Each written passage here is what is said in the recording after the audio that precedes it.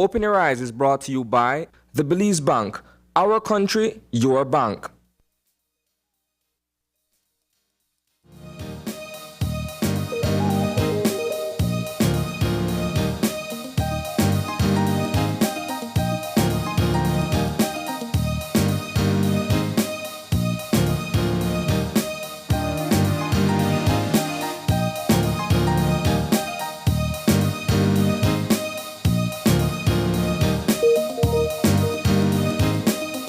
Good morning and welcome to Open Your Eyes. Start your morning right. I'm April Martinez. And I'm Gavin Courtney. Good morning and thank you so much for having us in your home today. Good morning, Gavin. Good morning, April. I haven't seen you in a while. I know. You're still recovering from Easter. You still recover from holidays? No, I'm kidding. I wish I'd have been like you. Right. But you know what I know? It is a very bright and sunny Tuesday morning. It is. For all of you who are, if you're lucky enough to be watching from bed, maybe you're watching the sunrise from there. But if you're already up and about, then you'll know that it's probably looking like a pretty warm day today. It's a warm day, and we'll hear more from the folks at the Meteorological Service. But it's pleasantly warm. It's nice outside. It's bright. It's sunny. But it was raining in Belmopan when I was coming. It was drizzling a little bit.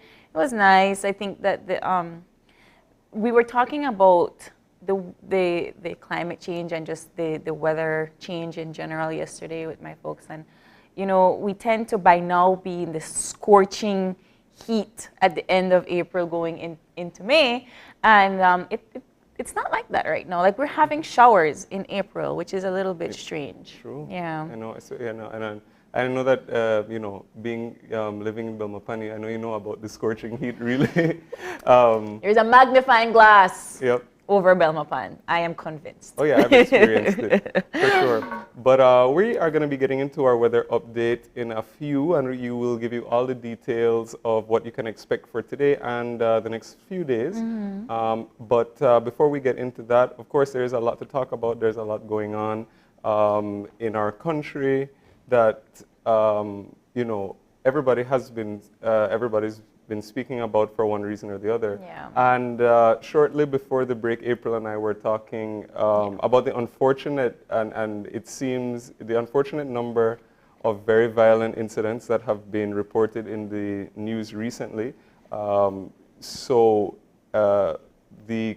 Of course, crime on a whole is something to look at, and we're seeing different types of crime. But what there's been a special spotlight on, especially recently and over the weekend, are these very more public incidents of domestic violence. Yeah. One incident in which a woman tragically lost her life. Yes.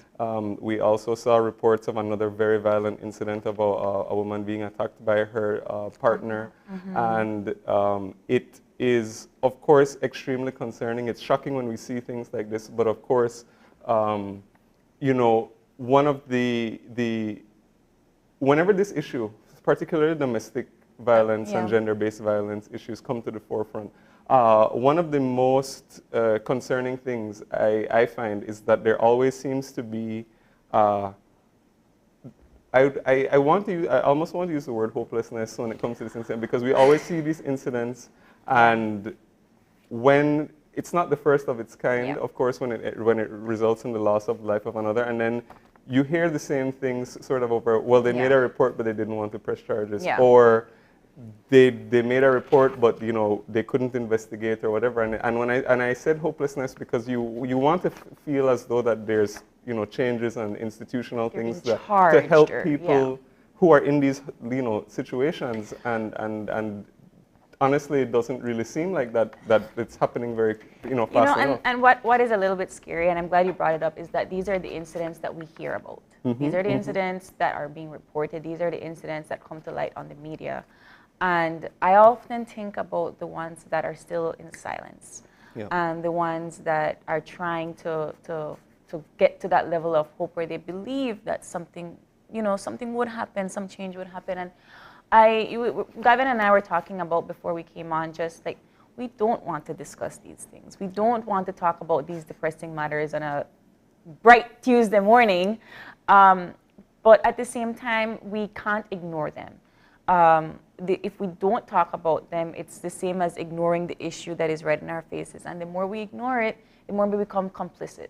Yeah. And so it begs to wonder what is happening in our culture. Why is it that, it's almost normal that we'll come up here and we will discuss these things, and the next day a new event will happen and the names of these victims will go unnoticed once again because they'll be replaced by another victim tomorrow, and then we'll go on our lives as if it's some level of this is Belizean culture. I think that brings up a really important point, because they're not just statistics. These are real people with families and people who are affected by these events, and there's children and extended family and whoever who will be traumatized and living with all of this. But I think that, going back to kind of what you said, it's important to, first of all, have the conversation, to realize what exactly it is happening, A, so that people don't suffer in silence, as you said, and B, so that people can really understand the weight and the gravity of the actual situation, knowing, so that people can know what red flags to look out for. So whether you're in a, going back to domestic violence, whether you're in an abusive relationship, whether somebody may be in one, so that and so that if we do recognize those signs, know how to actually meaningfully help that person, whether it is to be there as a support or whether to tell them to access what are the proper services. Now, the services are the point where it goes back to what I was saying originally, where we want to see some sort of a response, whether it's from the police department or whether it's from any of the other departments, to really be able to address this issue at an institutional level, and one that really, in a way that will really, yield results for those affected.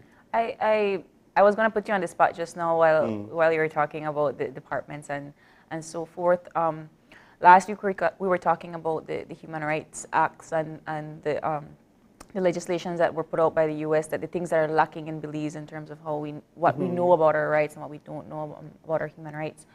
And that is also something that we tend to flicker around within Belize, our laws and our basic laws of filing a police report and how to follow up after. These are things that are not being taught to us as in our schools and regular civilian society as it is. And because we're not taught these things, we don't know how to do our own due diligence as people. One of the things that I saw Compal Williams talk about last night was that one of the domestic abuse victims did file a report, but then she took it back. And then, so we can't follow up if you take it back and so forth. You have to understand that kind of particular behavior it's not something that is to dismiss, right? You have to try to wonder, why is it that she filed the report, and then what happened after that she felt the need to dismiss it?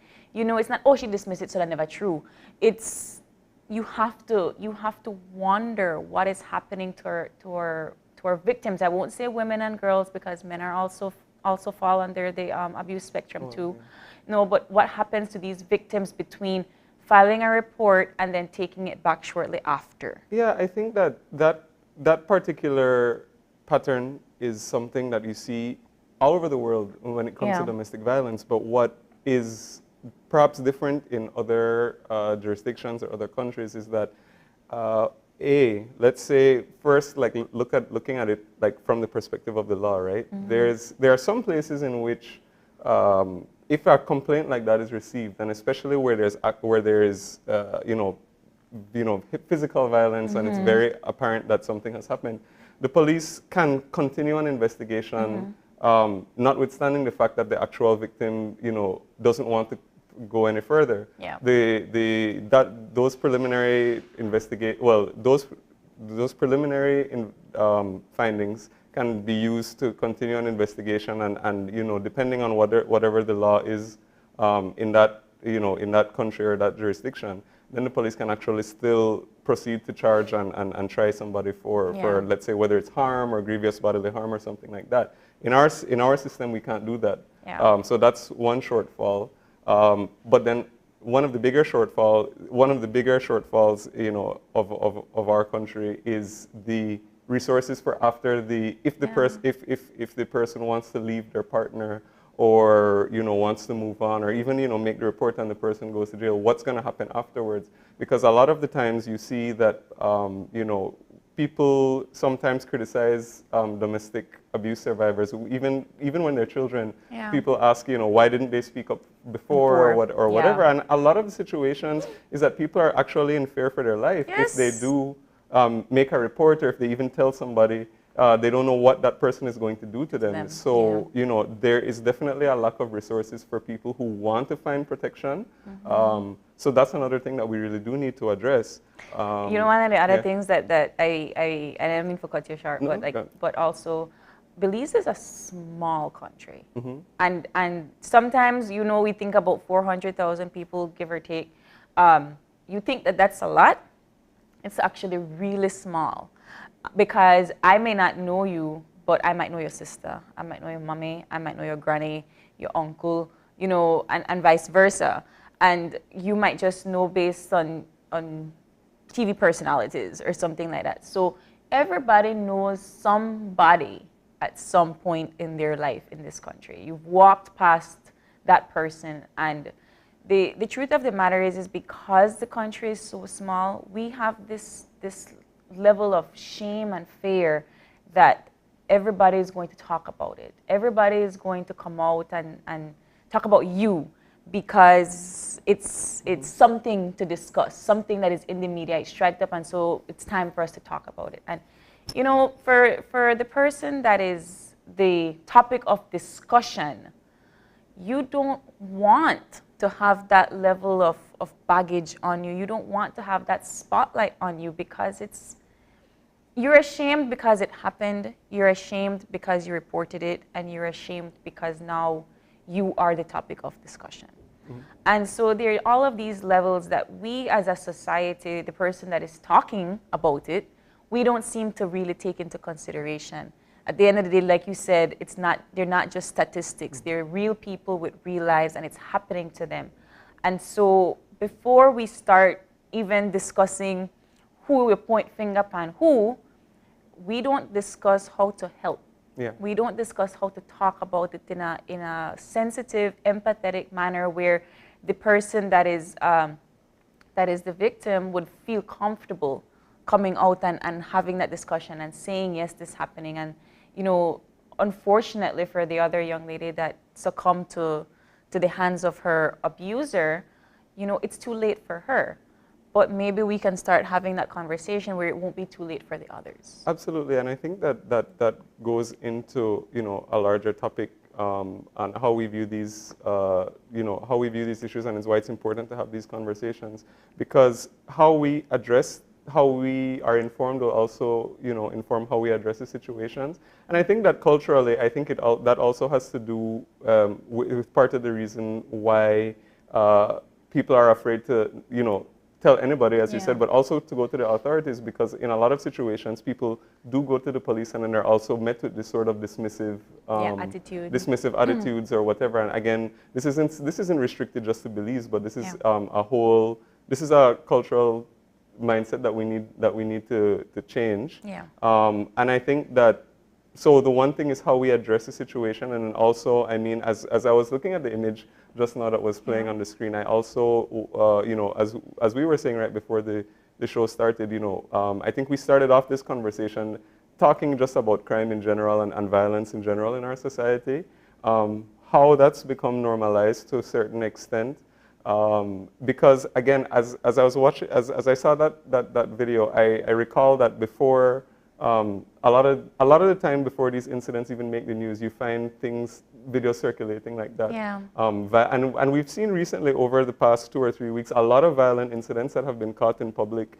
And the reaction you know, first of all, of the people around is, you Yeah. know, sometimes laughing or sometimes being dismissive. Yeah. And then, of course, you get to the second stage where people are circulating the videos or whatever via WhatsApp and whatever, and it really is sort of just normalizing this violence. Nobody's really doing anything to address it. Yeah. People are seeing these images, and it's just as though, and you know, if you're not involved, then, you know, we want to act like it has nothing to do with us. Yeah. But as you said, Belize is a small country. Chances are that You know the person. or you know somebody who you're connected to that person in some way.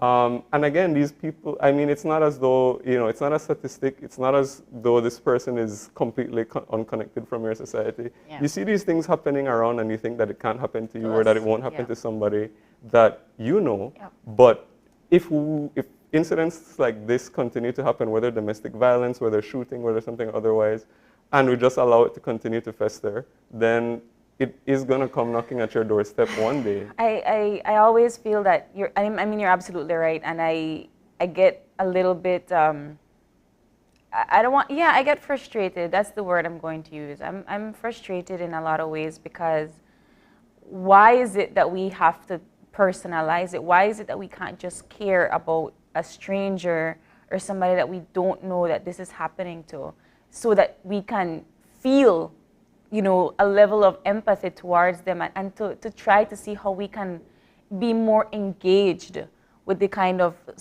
violence and abuse that is happening around us. Like we tend to, like you rightfully said, dismiss it because it's not happening to us. And that's the biggest problem that we're having, that we don't care because it's not us, it's not somebody we know, it's not anything related to what's happening in our own personal bubbles. And because that is the attitude and the behaviors that we have, not just in Belize, but everywhere, that it will continue like this. We don't press our authorities, if we don't press on the abusers, if we don't, you know, try to band together as a society to make sure that these things don't continue, they will just continue. And I'm so sorry that we left on such a depressing note. We really wanted to keep it light, but I guess in these kinds of situations, you can never keep it light. But we do have to move on with our show for this morning. But let's try to give you some motivation this morning. After that little minor depressing setback, but let's try to give you some motivation this morning. And we'll go on with our eye opener. And our eye opener is taken from dailyom.com. And it goes like this. During the pause between achievements, many people begin to question what their life is about. The elation we feel when we have learned an important lesson, achieved a goal, or had a big breakthrough can sometimes be met with a period of downtime afterward. During this period of transition, we may feel unsure and not know where to turn next. Many people, during the pause between achievements, begin to wonder what their life is about. But there is nothing inherently wrong with spending a day, a week, or even a month simply existing and not having a plan. It won't be long before you embark upon your next voyage of growth and discovery. The mindful transitional pause can take many forms. For some, it can be a period of reflection that helps them understand how their life has become. For others, it can be a period of adjustment, where new values based on recent changes are integrated into daily life. Just because you're not headed swiftly to a final destination doesn't mean you should assume that you have lost your drive. The stage between journeys can become a wonderful period of relaxation that prepares you for the path that will soon be revealed to you. Gavin, what do you think? I really like that eye opener. I think that it's a lot of the times when we do accomplish something, there is that period afterwards where it's like, okay, what now?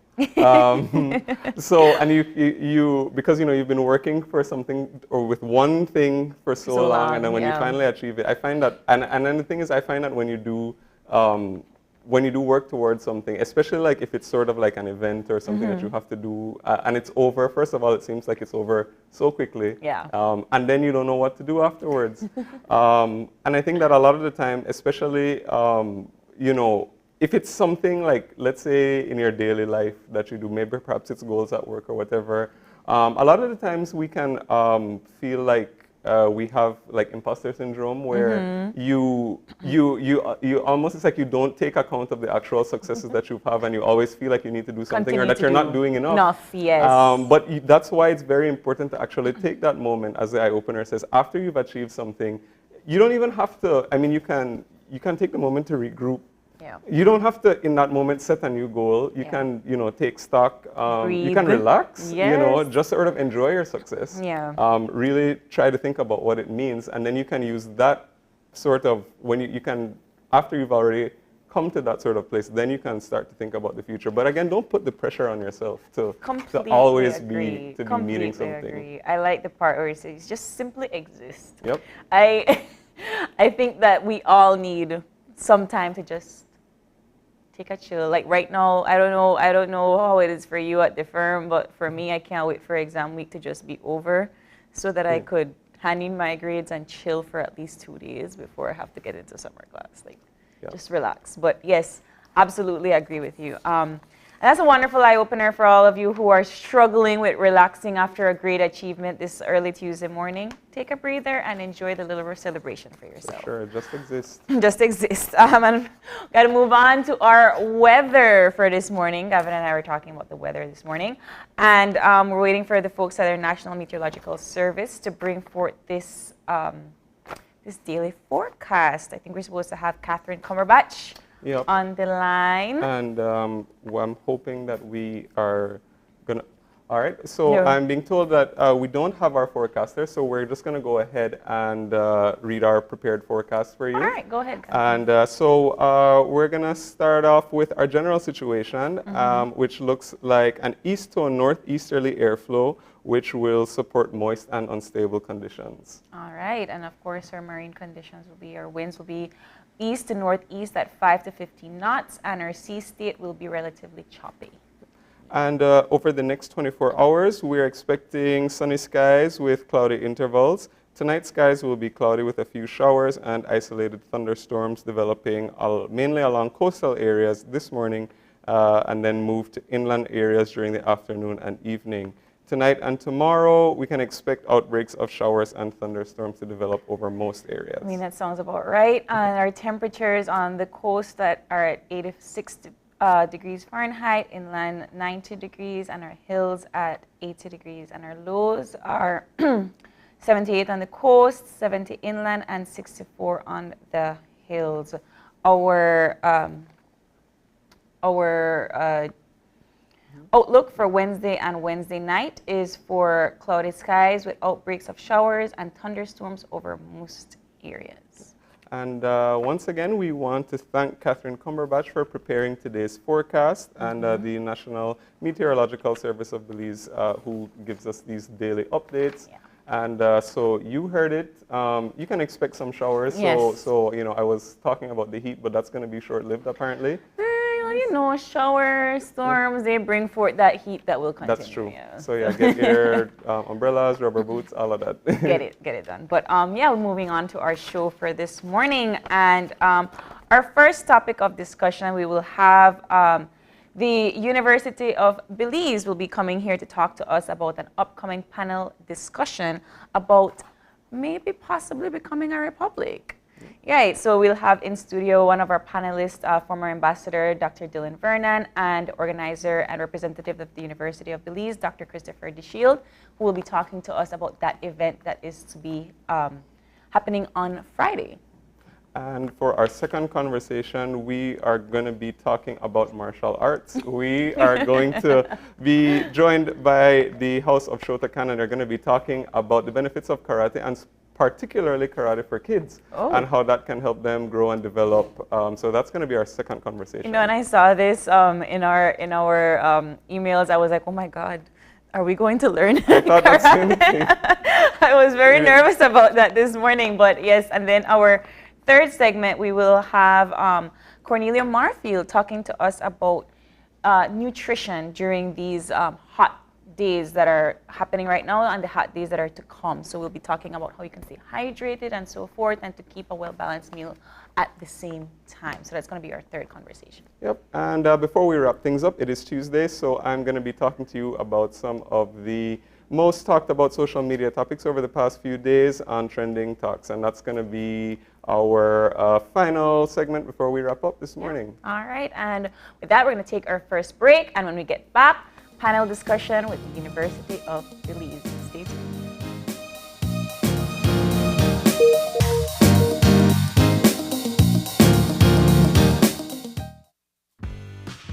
After a rough week of school, Jake and his friends decide to treat themselves to frozen coffee.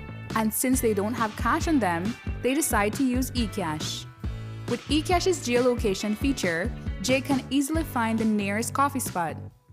With eCash's built-in option to split bills, Jake can pay the bill and his friends can reimburse their portion of the bill.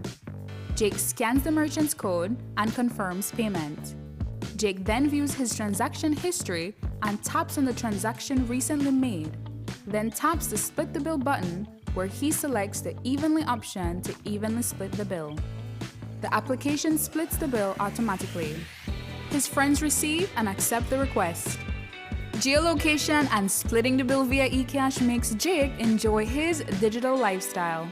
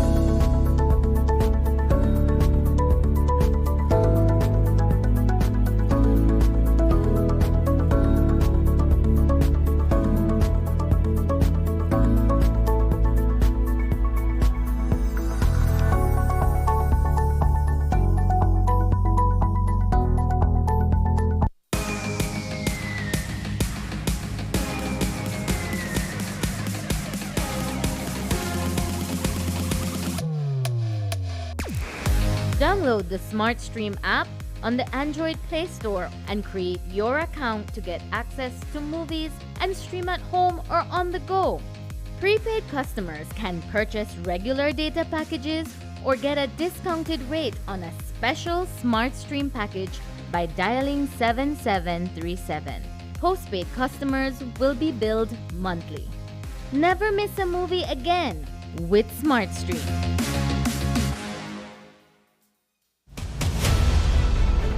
Dwayne Moody, Isani Cayetano, Marion Ali, Paul Lopez. Your News 5 Belize teams do whatever it takes, go wherever they need to go, so you can catch the story wherever you are, whenever you want, on whatever device. Channel 5 Belize on television, Facebook, Instagram, and YouTube. Because news is now everywhere, all the time. And so are we.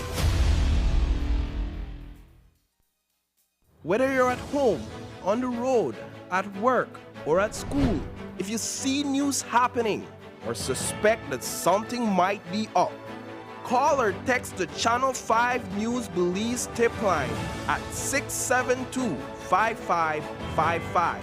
You don't have to give us your name, just give us the tip. That's 672-5555. Call or text us so we can check it out. And we'll be back in a few, so stay tuned. Thanks, Jen. Hey there, we know you have to head out to work shortly, but don't forget that you can stay tuned by watching us on our Facebook live stream. Find us at Open Your Eyes BC, and you can continue watching there. You can also download Facebook Watch on your streaming device, and you can watch at your own convenience. And for all the behind-the-scenes fun, follow us on Instagram at OYE Belize. So, find us and follow us today.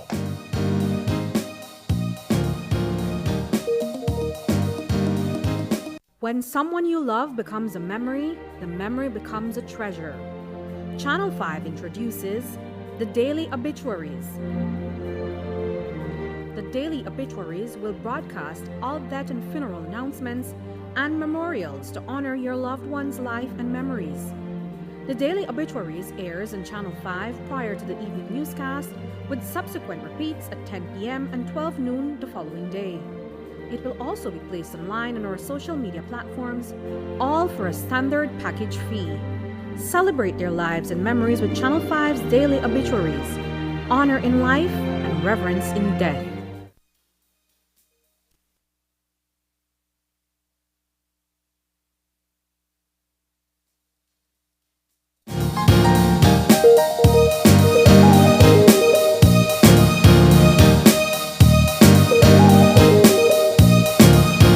And we're back. And if you're joining us right now, we're getting our first conversation for the morning started. And as we mentioned before the break, we are talking about a very interesting panel discussion, which is going to be facilitated by the University of Belize. The topic is Monarchy, Justice, and a Future Republic. And joining us in our studio for this discussion, we have Dr. Dylan Vernon, who is a former ambassador and a panelist, as well as Dr. Christopher DeShield, who is the organizer of the discussion. Good morning. Morning. Good morning. Good morning. Good to be here. I wanted to start with the inspiration for the event. So why this event? What had the University of Belize come together and say we're going to talk about? That's for you. I'm just one of the organizers for event and things behind the scenes. With the end of the Queen's reign approaching, I'd say many different countries are considering what the future looks like in terms of their arrangements. A lot of post-colonial countries, Belize among them, and different debates have already been broached on this subject, different types of conversations, and I think it's an opinion that many more need to occur. A lot of countries have to go through this process of consultation, and these conversations to inform the public, get people involved and engaged in these matters seems crucial. So University of Belize is really just creating a space for those types of conversations. The whole event is coming out of the Office of the President, because UB doesn't have a political science department as yet, right? So I suppose what we've done is create an ad hoc department in Dr. Vernon. We have Dominique Norales and Dino Gutierrez on the panel. So this is an amazing lineup of individuals, some really engaged people to listen to, especially these younger voices that I think are good to see, even in the way that they're oriented to different concerns today. The way they model their behavior and their approach to different subjects is admirable and remarkable. So I'm looking forward to a fascinating discussion among the panelists there. So who poached Dr. Dylan Vernon to come on the panel? Actually, I got a call from the interim president himself, Dr. Palacio, to be on it, and I assumed that it was because I had been writing a couple blogs in social media around the visit of the so-called royals in March, and expressing some views about my strong position that we should have become a republic and ditched the monarchy long ago, and also using that as a springboard to discuss even more substantive governance reform issues. So perhaps that was why, but as you know, I also have a long background in dealing with issues related to political reform.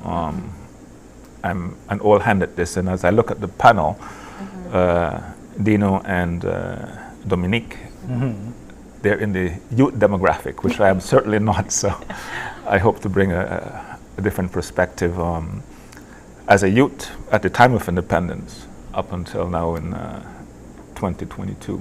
Was that done on purpose, to have different generations? Yeah, there was some discussion about that. There was an idea that maybe there was some kind of split, demographic split on these issues. This assumption that maybe older generations had some kind of loyalty to the crown.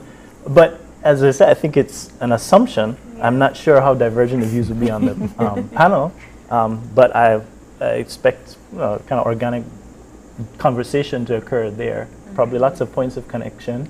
And I know there's legitimate questions people have about different types of models that might be good for Belize. Just as you were saying, this is an opportunity to think about different governance models, that kind of thing, and alternative arrangements that would serve Belize well, given all of the issues that countries face today, climate change and the like. There might be alternative arrangements to organize people around those issues. The discussion says monarchy, justice, and a future republic ? So am I to assume that the conversation will go from who we were prior to independence, the stages that occurred after independence, and then now talks of a future republic? Is that how I'm assuming the conversation is going to go? Or is that the direction that you want to take it, Dr. Ryan? Well, I'm not sure what the other two panelists will be doing. We are actually discussing tomorrow, but I think that's what you've outlined is most likely how it will go. For myself, I intend to situate my presentation around the recent royal visit, reaction to it, and what questions that trip stimulated for me. And the first one, which is a bizarre question, of course, is why in 2022 do we still have a foreign monarch as our head of state? 40 years of independence. There's something wrong with that picture. And the second more substantive question that I'll be looking at on Friday is, we need to do more, don't we need to do more than just ditching the monarchy? We need to have a bigger discussion and action around more comprehensive, progressive constitutional reform. And if that is so, then when we become a republic, what kind of republic should we be? And then going into what is a republic, because many people really don't know. And the choices that we have in terms of presidential republic, parliamentary republic, a hybrid republic, and then to share some of my ideas about what our new constitution should look like in terms of especially governance. And I think that we began to talk a bit just now about independence 40 years ago, and I remember as a very young 20-year-old, as independence was approaching, I had entered an essay competition called Independence is the Beginning, and it was a national competition on the occasion of independence. And I won that competition, but I was looking back at it and looking at the dreams and aspirations of a young student, sixth form student at the time, as to what I wanted to see for independence. And I want also to use that as a sort of point of departure and ask the question, how has it gone? And I think my overwhelming sort of reaction or answer, notwithstanding that there has been some progress in some areas, but the overarching reaction would be disappointment. And to explain why, especially in the area of the unfinished business of decolonizing our constitution. That was going to be my question. We talk about the Constitution, we talk about our laws and our legislations. We've never really revised our Constitution, even after independence. So then does that mean that our decolonization process, do you think we never began it then, if that's the case? Well, I wouldn't agree that we haven't revised the Constitution. We have amended it nine times since independence, with over 100 different amendments in different parts of the Constitution in those 9 amendments. But you are right in saying that all those amendments in a piecemeal and scattershot way have not done anything comprehensively to this Constitution we inherited at independence in terms of its basic structure. And one of those, of course, is we still have the monarch as our head of state. Although we did a few years ago, I forgot exactly what year it is, maybe Gavin will remember, we went from the Privy Council to the Caribbean Court of Justice. I think that was, what, 2008? And that was a small step towards decolonization. So there are some things that have been done. But I think that overall since independence, and this is one of the points I'll be trying to make on Friday, we had an opportunity on independence, at independence, to of course create a new constitution, but we did not. And the reasons for that are actually understandable. Your great-grandfather, Gavin, was V.H. Courtney, was the leader of that Belize constitutional team that drafted and tried to come up with the new constitution. But they had a bad hand in that the country was divided. Belize was approaching independence, trying to get its security vis-a-vis the Guatemalan claim. And our leaders were distracted by getting a secure independence and didn't have time to look at this constitution too much. And there were a few consultations, limited consultations, but basically we followed the blueprint of the rest of the Caribbean to get this constitution. And the premier at the time, George Price, didn't even go to the Constitutional Conference in London because of a state of emergency back in Belize. And the opposition boycotted it. So you can see that we didn't really have an opportunity, largely because of outside factors. And then 22 years ago to be precise, we had another opportunity called the Political Reform Commission, which I chaired. And I think that, and I think what I will do with that one on Friday is to put it in the context of the piecemeal and incremental approach to constitutional reform since independence. Because while it was a huge opportunity to create a new constitution, it did not do so. And I think that as the chair of that commission, I have the insight and the right to say that, although it pains me that it didn't. But so again, in this year, the new government has announced a People's Constitutional Commission that is going to be launched anytime soon. And so a new opportunity is coming. And so I want to, in a sense, end my presentation on Friday by looking at this new opportunity, using the lessons from the past opportunities we had to say, where do we go now and how do we get there? And what is your responsibility and my responsibility? More or less, that's what I'm doing.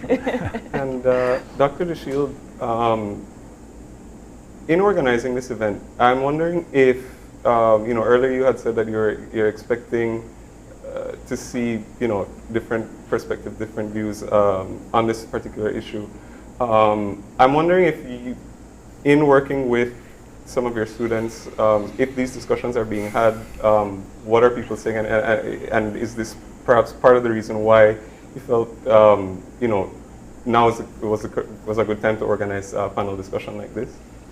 Well, I think as Dr. Vernon was saying, the recent visit of the Royals is one of those things that sparks those kinds of debates. Yes, in the classes, these things come up. As I said, we don't have a political science department, but in other classes, I have a class in post-colonial studies, where these things are obviously relevant, right? And students on a whole, Belizean students, are concerned about the future of the country, where it might go, what is relevant for young people generally. So definitely those kinds of conversations are happening there. You think they understand the vitality, I guess, the importance of having a conversation like this, particularly with now the possible formation of now revising, hopefully, the Constitution, to what it would mean to be a republic. Because we look at Barbados, right, as this leader in that forefront and try to channel their or I guess follow their steps in becoming a republic. I often feel like Belizean culture is not as simple as that. So do you think that not just the visit of the monarch, but from the fact that Barbados declared themselves a republic, that this conversation had? Yeah, I think that's kind of inspirational for a lot of people. They saw that, you know, everything attendant with it, and it's definitely inspirational there. About the implications for the move, though, I'm not so sure how many people understand those things, and that's why I think the conversation is important, because you hear, I think, legitimate questions about, you know, fears around this kind of move. I don't know if people really understand the models that would be there. That might be an important part of this discussion. What does it look like? You know, there's some concerns about timing in that, you know, the part of Belize where I live, a lot of people see high school as a luxury.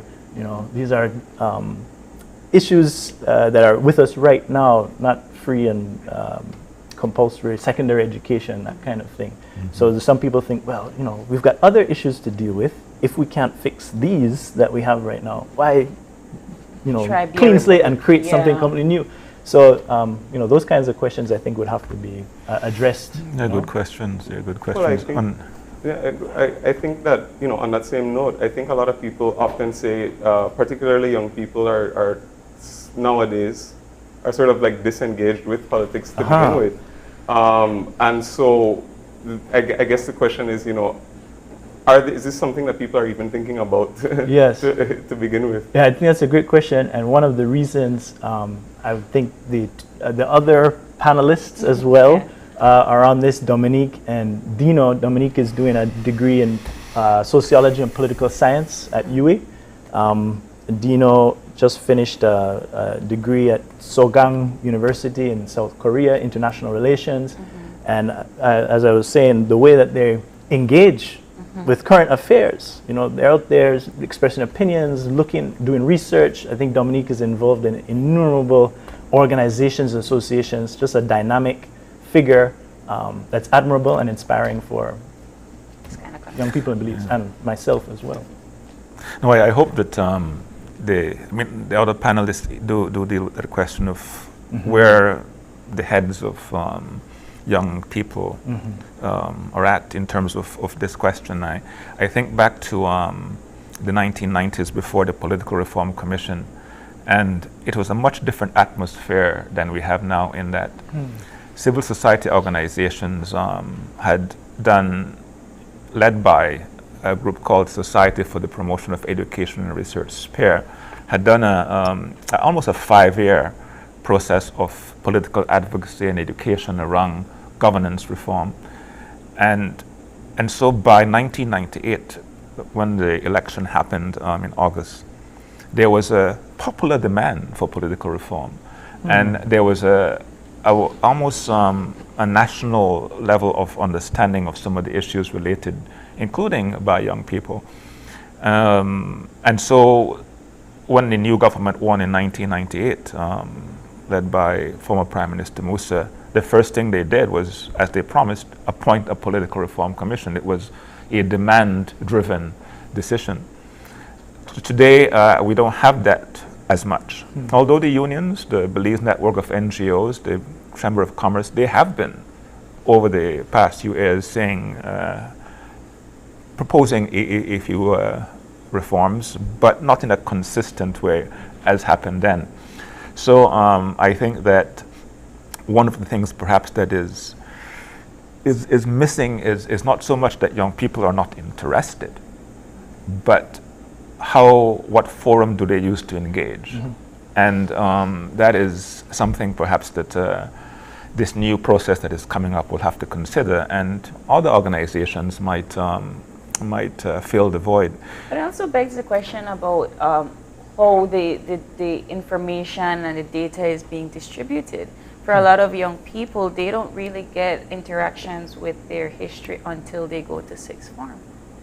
So when we talk about, you know, political reform or becoming a republic, they're going based on the heat that is on Facebook or the heat that is being spoken about by, you know, on social media. So the notion of, yeah, let's follow Barbados and become a republic now without understanding the sensitive intricacies that go into that process, is that something that you guys are going to discuss in that? Well, certainly the one about the republic, the theme monarchy, justice, and a future republic question mark is what we've been asked to focus on. And I think that while for me personally, ditching the Queen and becoming a republic is only a small part of what we need to do, and perhaps not even the most important thing we need to do in governance reform, it is the topic of the seminar. And I think that just briefly, we have, I think generally in Belize, a very negative view of the term republic because we associate it with Central American revolutions, Banana Republic, Latin American autocracies. But if we understand what the word is, basically a republic is a form of government that power resides and comes from the people and their elected representatives, that is something good that we should strive for. And 75% of countries in the world are republics. And the only distinction right now that make the other 25% not republics are either that they have monarchs as their leaders, or, as in the case of Belize, our head of state is still a monarch. And just by the act of removing the Queen as our head of state, we would become a republic without doing anything else. Now, the question then is, what kind of republic do we want to be? And we can change nothing else, and what we will basically move from becoming a parliamentary monarchy to a parliamentary republic. And everything else can remain the same, but we would be a republic. And would remaining the same bring us any kind of progress? That is, of course, something that I would say we should not do. We have to go further than that. And the choices are basically set there. One is more sort of, I would say, formative, that is the presidential republic, like the United States, Guyana in our region, Dominica, Guyana in our region, I should say. And then there is the hybrid republic, which is usually a mixture of the parliamentary and the presidential, which I think is the way we should be going. I'll be sharing some of my views there, where you usually have both a head of state that is selected, but also a prime minister and a sharing of powers. But there are many ways you can do a hybrid republic, but the basic thing is that we have the opportunity to create our own homemade constitutional governance that we think is best for our purpose. And we have to begin from asking the questions, what problems are we trying to solve and what we aspire to. But if you allow me, I want to say that in terms of the term republic and moving to a republic, there are at least 5 things that will not happen, because people have these fears and we have to understand them and respond to them. One is that we will not become let me put it in reverse. We will not leave the Commonwealth. People are thinking we'll have to leave the Commonwealth. We will not break relations with the United Kingdom. Our relations with the UK will continue as they are. We will not have to change our name to the Republic of Belize. We can decide what we want to call ourselves. Barbados is still Barbados, for example. Our security vis-a-vis the Guatemala claim will not be jeopardized. And that is one that I will go into a bit deeper when we are there on Friday, because it's one that people have some valid concerns about, and I think that the myths are there largely because of lack of education and knowledge, but they have to be addressed, and hopefully the panel will do some of that. Yeah, I think there's places for presenting these kinds of ideas in a very provocative way, and there's also a place for kind of dialogic engagement on those issues. So I think. So to be clear, it's not a debate. I think it's built as a conversation, no? Yes, because I think when people talk about these things, it's either remain a republic, become a republic, or remain as is, which I don't know if that's a valid I think, question. Well, I think that you're mentioning those 5 things because I mean, all the time we've been speaking, I was wondering if during this conversation there would be anybody, let's just say, opposed to the idea of becoming a Republican, what those arguments would be. Not sure. Not sure. What would you say to somebody that would oppose that? Well, I don't know what the reasons for.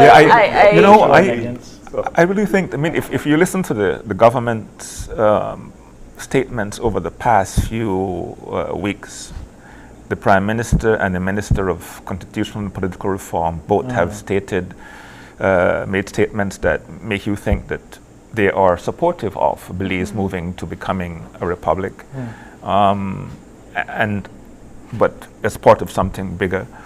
The leader of the opposition has come out and stated that he is in support of Belize becoming a republic. So the question might not be if so much, and maybe we can ask if the general public is ready, but the star seems to be lining up for there to be, at least in this area of republic or not, that we will be going there soon, eventually. The question is, I suppose, when and how we do it. When and how we do it. But I really don't think that if we do an educational process and consult Belizeans, that there will be many people who oppose us becoming a republic just on that particular issue. I think that there will be, because the arguments are hard to make as to why. I mean, why do we want to have the Queen as a head of state 40 years after independence? And once we break down some of the concerns and respond to them, the security concern, for example, we, I think, can get people to come on board rather easily. I think it would be not a matter of whether we should be, like you rightfully mentioned, but also the state that we are in as a country, politically, economically developing, and so forth. Can we afford to become a republic? What would be the measures taken for that? How are we to be a republic? And we're already an independent nation. How are we to become an independent a republic if we don't even generate our own electricity yet? Those sorts of questions. Well, again, becoming a republic is simply for us, can be simply for us, removing the Queen and replacing that with the Belizean selected head of state. That's all that is required for us to become a republic. So it's not a very good point of departure to even discuss the pros and cons of republic in a sense. It's the pros and cons of what kind of republic, presidential or parliamentary or a hybrid. And there are some valid pros and cons there. But republic or not is not really a debate. A debate. It's I mean, for some people, I suppose they would have to be convinced about particular issues. And one of I mentioned 4. I think I forgot the one that is sometimes a bizarre one, but it's there, that our Belizean dollar will devalue if the Queen is no longer on our money. I mean, there's that one out there, but I mean, clearly, the value of our money, which is fixed to the US dollar, has nothing to do with the Queen. But there is that concern out there. Yes. Or who you would put in replacement of the Queen. Who or what would you put? An exciting national competition. Yes, yes. But I think, you know, going back to, I guess, the heart of April's question, I think is, you know, choosing the type of republic after, I guess, you tackle or you grapple with the hard question of how do you really meaningfully achieve, you know, the whole decolonization process? Because if we remove the Queen as the head of state, we'll still, let's just say if we do that tomorrow, everything else remains as is. We'll still be living in a country in which, let's say, almost 99% of the laws are based on English statutes. The Constitution is informed or was drafted by this whole process, which was very heavily influenced by the UK, and our understanding of democracy and all of that thing is still very heavily based on, you know, foreign ideas, for lack of a better word. So how do we take the steps to like really fully achieve decolonization, independence, things like that? So first decolonize ourselves from the UK and then decolonize ourselves. That's the way Barbados did it. Barbados, first of all, they had promised this in the manifesto of the party of Mia Mottley's party before the election. So they had this, in a sense, a mandate to go ahead and do it. So they became a republic by replacing the Queen with the president, who is a Barbadian, without doing anything else. But now they have begun a one-year process of constitutional reform. But they did it by, first of all, just getting rid of the monarch. I think the way that we are going to be doing it, as far as I understand, which I think is a better way, is to have this perhaps small but important issue of republic or not being a part of the wider debate on decolonizing our constitution. And you're right, there's some big issues there. We have never had that opportunity or used that opportunity since independence to do it in a comprehensive way. And some of the questions that I think that we have to ask ourselves, some of the positions that I will share on Friday would be in response to some of these questions. But one is, do we want to continue to have, as we have had since independence, cabinet being the majority in the House? We have a situation, for example, where because of the small numbers of representatives in the House, we now have 31. Every election we see, almost every winning member of the party in power being appointed to the cabinet. And the system that we inherited from the UK was meant to have some built-in checks and balances where the executive, the cabinet, and the legislature, producing laws and policies, had some separation. But in the case of Belize and small countries like us, our cabinet is the majority in the House, so the House has no ability to be a real check on the executive, the cabinet. And now that one thing is something we can play with. How do we get out of that? I mean, there are some things we can do. And related to that, of course, is that the legislature is supposed to provide oversight to the executive and ask questions of accountability. That hasn't happened in our. There are no backbenchers or committees that really work, and so we have to ask questions why and how do we fix that. And that's an example of one of the bigger ones. And there are things we can do, and I don't want to get into all of them now, but there would be. Give away your panel discussion. But it's fascinating. It is. I often wonder, just thinking about how influenced we are by the United Kingdom, and we don't really see it in our day-to-day lives. I think it's mostly hindered in the political sphere. These are the lingering effects of being a British colony.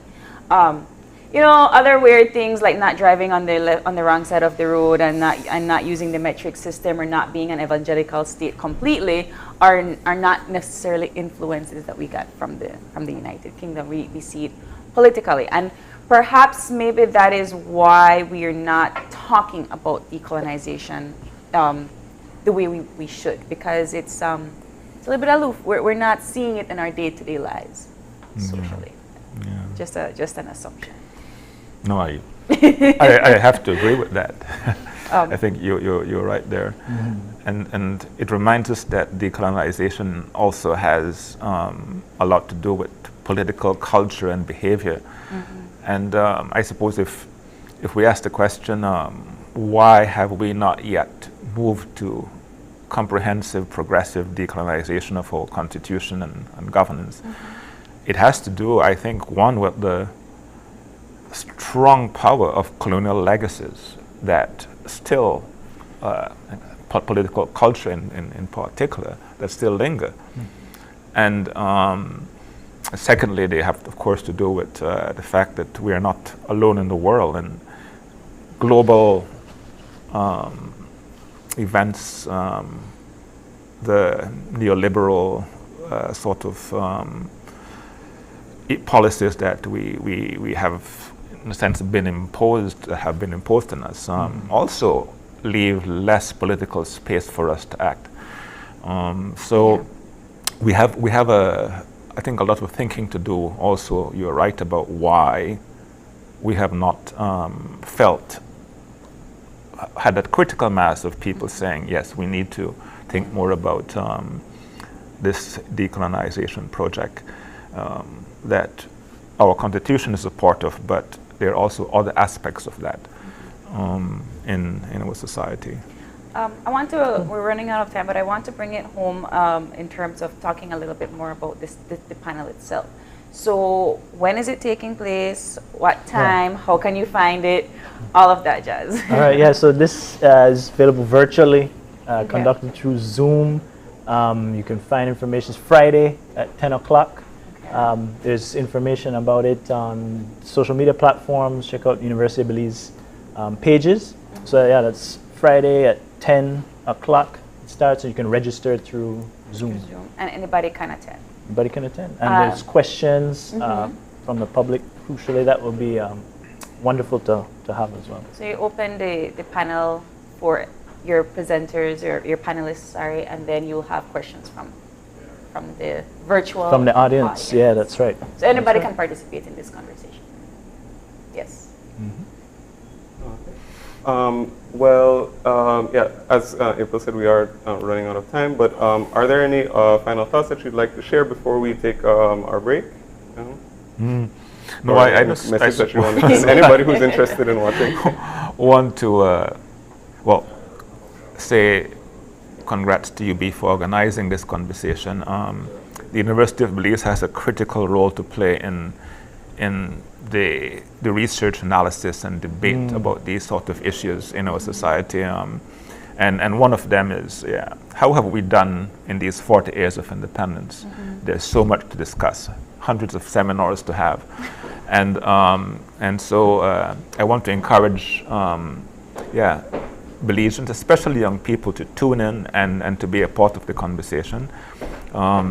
This can be viewed as very timely because it is coming just before the launch of this People's Constitutional Commission that will, if it is done right, create the space for us to collectively discuss and come up with a new constitution. And in this third opportunity, perhaps really do it. Third time's a charm. Yes. So thank you, yes. Yeah, looking forward to that. I think it'd be a dynamic, engaging experience, and as you were describing the various models that are present for us, is quite exciting about where Belize can go and what it should do. So yeah, come out. All right, and with that, I thank you both, gentlemen, for coming up, and you can catch the UB panel discussion virtually on Zoom on the 29th of April at 10 a.m.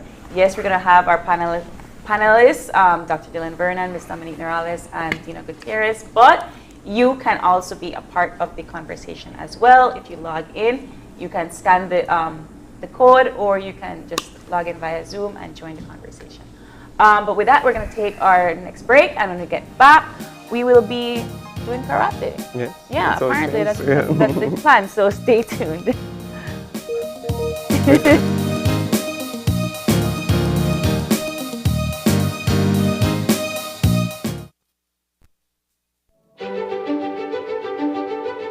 Technology is ubiquitous, and it's transforming how, when, and where we work. Fulltech Systems is placing award-winning devices in the hands of information workers, allowing them to work without compromise in a world without wires, to innovate, create, and to maximize productivity anytime, anywhere, satisfying the needs of the desk-centric remote and field worker and every other worker in between. We are providing the industry's best devices to businesses going through the process of digital transformation. Partner with us today to provide the solutions that will allow your employees to work effectively and efficiently to enhance your customers' experience.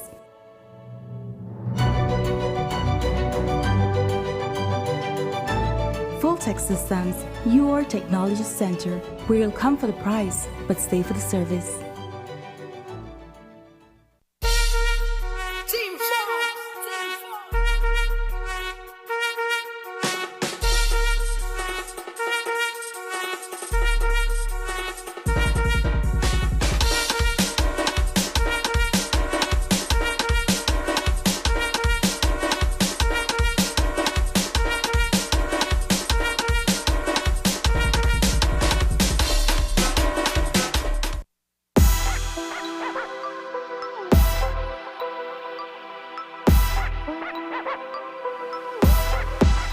Digifans, the 2022 Belize Telephone Directory is now available.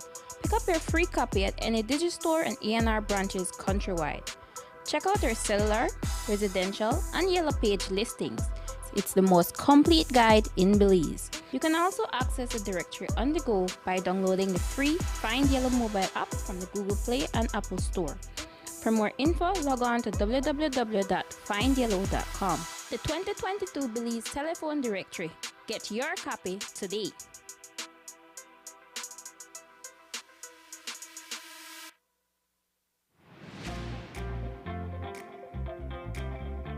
With RF&G Insurance, you can request a quote, renew a policy, purchase a policy, and even file a claim effortlessly with WhatsApp.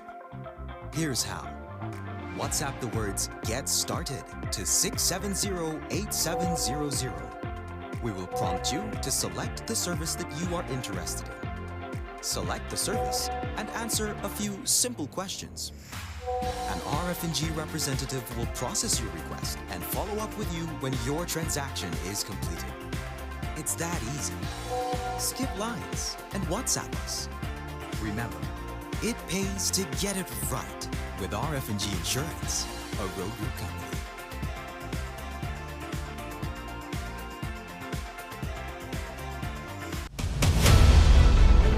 Dwayne Moody, Isani Cayetano, Marian Ali, Paul Lopez.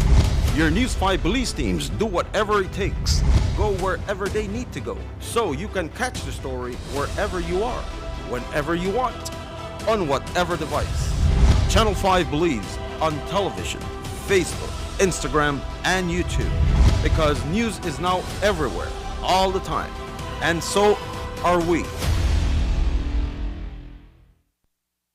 Whether you're at home, on the road, at work, or at school, if you see news happening or suspect that something might be up, call or text the Channel 5 News Belize tip line at 672-5555. You don't have to give us your name, just give us the tip. That's 672-5555. Call or text us so we can check it out. And we'll be back in a few, so stay tuned. Thanks, Jen. Hey there, we know you have to head out to work shortly, but don't forget that you can stay tuned by watching us on our Facebook live stream. Find us at Open Your Eyes BC, and you can continue watching there. You can also download Facebook Watch on your streaming device, and you can watch at your own convenience. And for all the behind-the-scenes fun, follow us on Instagram at OYE Belize. So, find us and follow us today.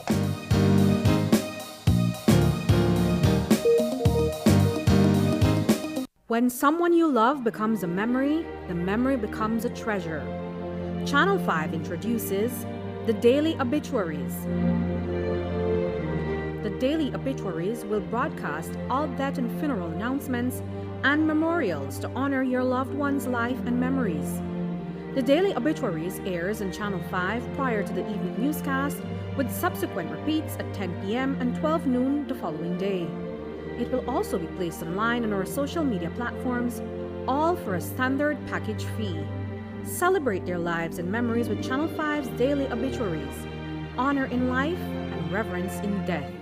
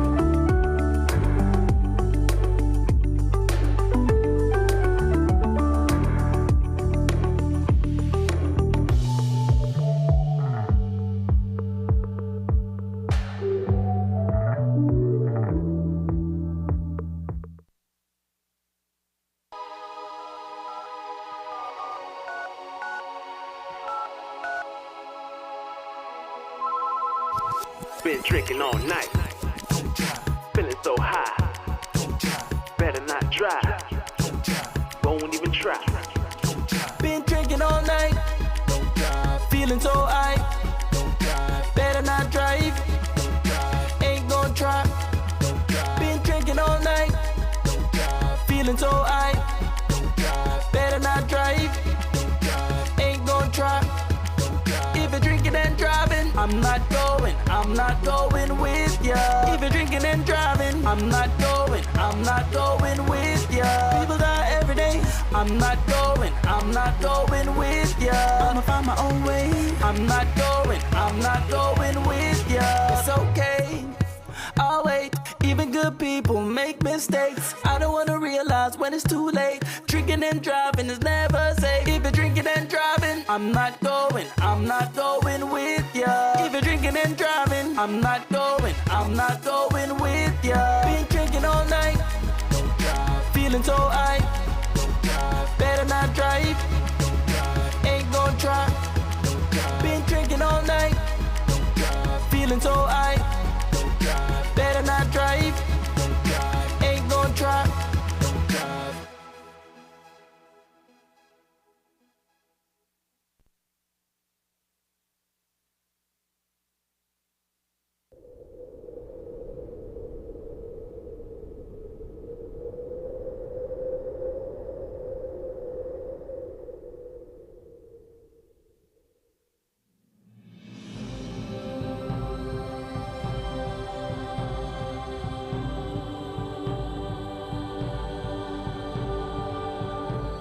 Belize has the highest population of the Antillean manatee in the world, and we'd like to keep it that way.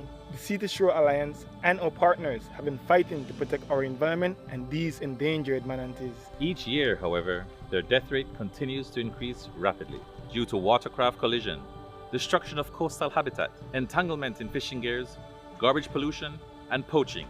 Yes, poaching. These animals are in dire trouble and they need our help. It's our responsibility as Belizeans to protect what belongs to us. In order to create a safe environment and future for our aquatic friends, we must act now. Respecting no-wake zones and manatee habitat is important. Practice sustainable fishing methods and properly discard damaged fishing gear. People throw garbage everywhere, except in the garbage can. Garbage stops here. When we safeguard important habitats such as mangroves, seagrass beds, the barrier reef, and our marine lives, we are safeguarding our livelihoods. I want you to look after my future. What about me? When I grow up, I want to see manatees. We are asking for your support, and we thank you for recognizing the importance of manatees and their habitats. Thank you for caring. Big thank you from our aquatic friends. I am a humanitarian. I am a humanitarian. We are humanitarians. Protect. Protect. We protect. We should protect our manatees. We must protect them. Protect what belongs to us. Protect ours.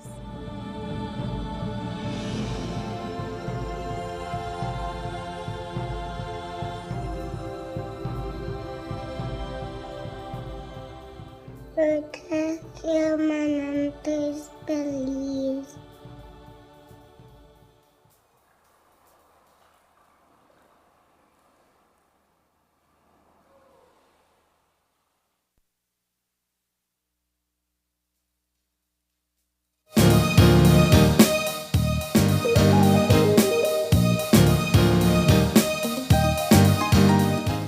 Right? Us. Hi. Yeah, you're right. Hi, sir.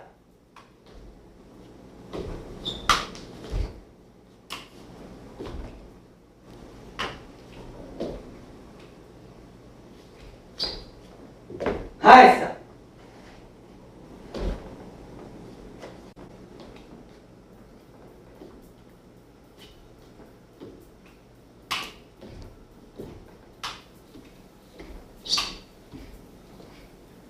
Hi, sir. Hi, sir. That's it. Right? Us. Hi. Right? Yoi. Kata. Thank you, Coach Alan. Ish. Hi, sir. 미, 산, 쥐, 허, ik, sit. Ich, ni, ich, ni, ich, 하루에. Hi, sir. ich, ni. Hi, sir. 자시, 에스그라시. 요이, 에스그라시. 하이.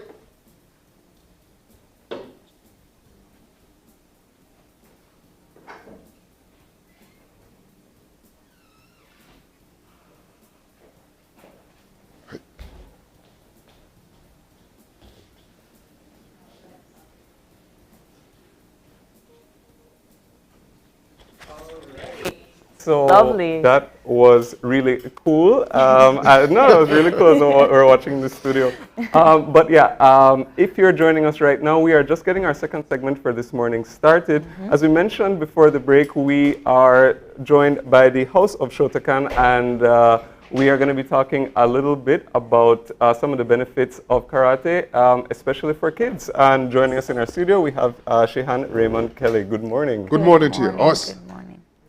So tell us a little bit about your school, and I would also believe that the House of Shotokan is I thought I saw it in Cayo and in Belmopan at one point, yes? Yes. The House of Shotokan, we're only in Belize City. No, That's where we're okay. at. However, there are other martial arts studios that is within the country. Okay. But House of Shotokan is only one of a kind, Okay. one of a type. So we've got to take that pride on that. Okay. Although the affiliate school, I know those instructors personally. We have a very outstanding relationship with them. Okay. The House of Shotokan, we have been in right there at Coney Drive by the roundabout for approximately 10 years, going on 11 years. Believe it or not, that's how long we've been there.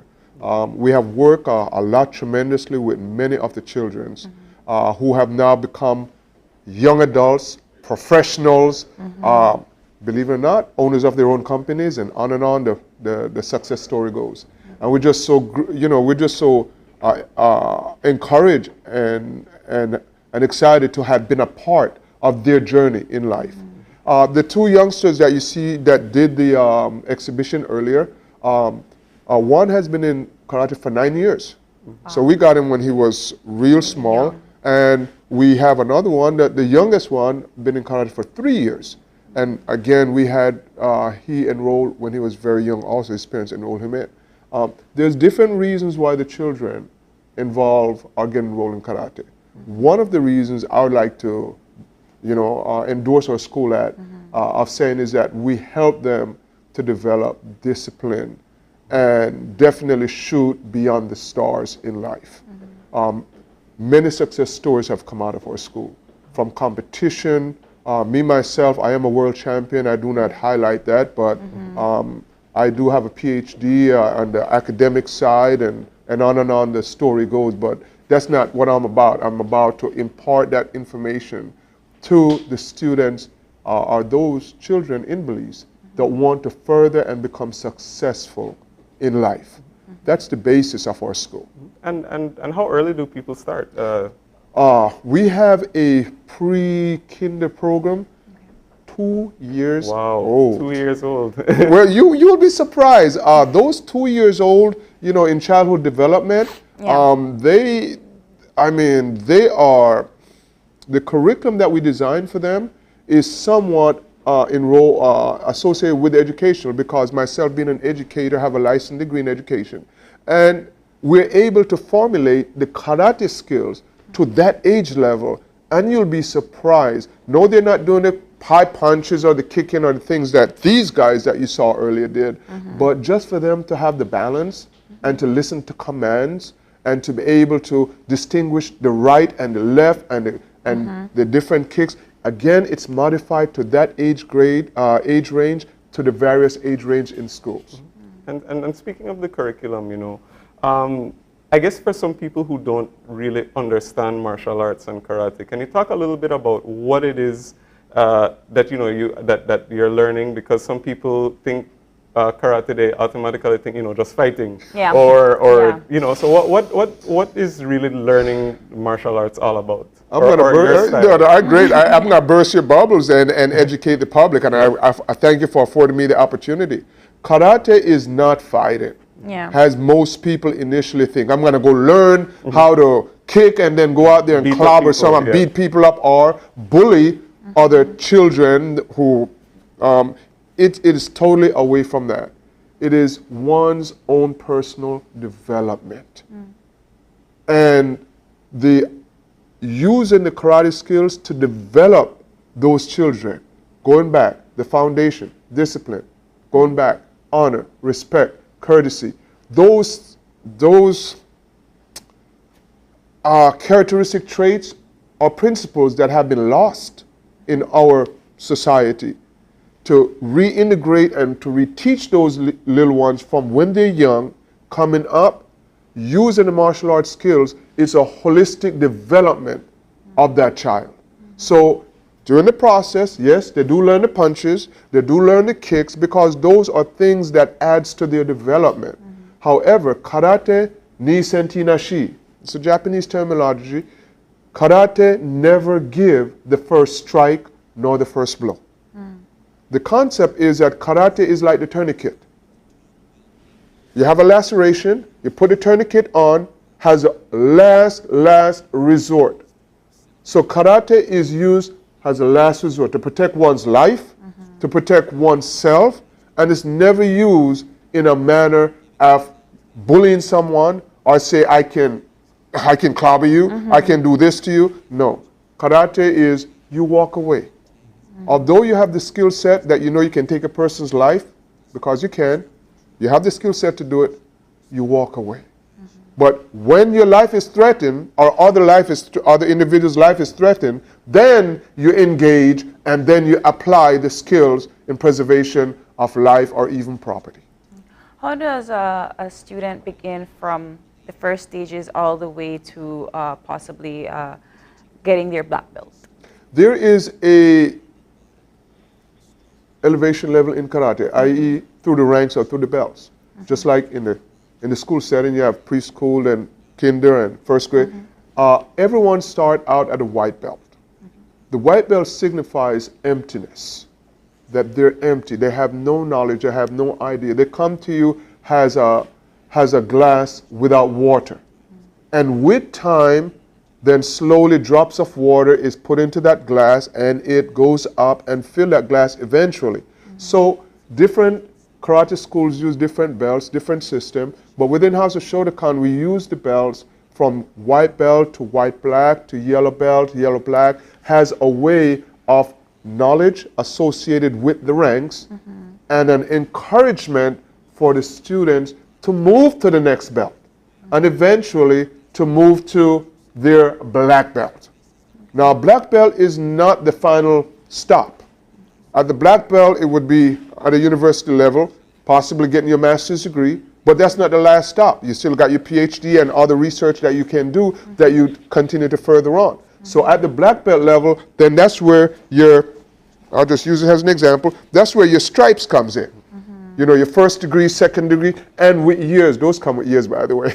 You know, with years go on, then you turn into an mature master that have the complete knowledge, and then you're able to teach it as I am doing here. So I would imagine that the House of Shotokan, as well as other karate schools, had suffered a little bit of a severe loss during the pandemic because you were not able to have that one-on-one interaction. That is correct. How were you able to facilitate your students, and how are you trying to get back your students? You know, COVID-19 affect, as we know, the world in a very drastic manner. Loss of life, and sad to say, you know, I know I've lost individuals close to me that, and in the martial art world. The little ones, what we did during that time period, we went online. And through online, we were able to engage the students through continuing the program with them. Online learning. I think in the academic setting, at your master level, that level, you're doing mainly online. It's not merely the classroom setting. Your bachelor's degree, you're doing it. But when the COVID hit, we went online, and then we started, believe it or not, a total different curriculum online. I've never thought about doing karate online, by the way. Okay, so I improvised, and through that we were able to maintain some of the students, and we continue all the way through. Once the SI start lifting and COVID kind of start, I won't say dying down, it's still here alive and well. Once that started coming back, what we had to do is to now reach out into the student and start talking to the parents, encouraging them to return back. The ones who are coming back, the parents are sharing with me, Shihan, you know, my little one have been at home, they're overweight, and we would like to have an exercise program with them. The karate have helped them, their self-esteem is down, they're doing online schooling, online programming, so subsequently what has happened there, some have become disinterested because online is not for everyone, online learning. They have become disinterested, and now I have to now engage and excite them back to want to do not only karate, but also their education, their schooling. So through the training, I now do the exercise with them, addressing the weight issues, and then go back and start doing the karate and start increasing the command and the discipline and really get them re-engaged back in. So many of the parents are saying discipline, Not so much as far as the respect, because during COVID they were home with their parents. So either they listened to their parents, or you know what happened. You know, so the word that is coming is that, and I'm encouraged to see many of the parents are responding back. They're bringing their little ones in. I believe this week or yesterday was the first day that many of the schools are open to bring all the students in. So now the parents are starting to say it's okay to start bring my child out into a karate setting. We still follow the protocol, you know, within the exercise period, we follow the SI regulations and all of that. But many of the parents are still bringing their little ones back into the school. So there's transition is happening presently as we speak. And what's the reaction that you see in, you know, the kids who, like, let's say they've been at home for maybe 2 years or so, and maybe they don't have an outlet for their not only physical but also mental, you know, whatever they may be going through. So now that people are coming back, what's the reaction like in them? How do you see them developing so far? What I've seen is like isolation. And now I have to engage them back into making a transition to interact with the other children. Because again, COVID, they were home, they were alone, isolated, and now they have to start re-engage back with their peers. So within the karate class, it's a group setting, but it's not a large group setting, because I do not want to bring a large group setting in yet. But the setting that I have, i.e. 8 to 10 children, they're able to interact together through the exercises, through the Ki movement or the Isa movement and all of that. They're able to still engage. Now they see their peers in the school setting.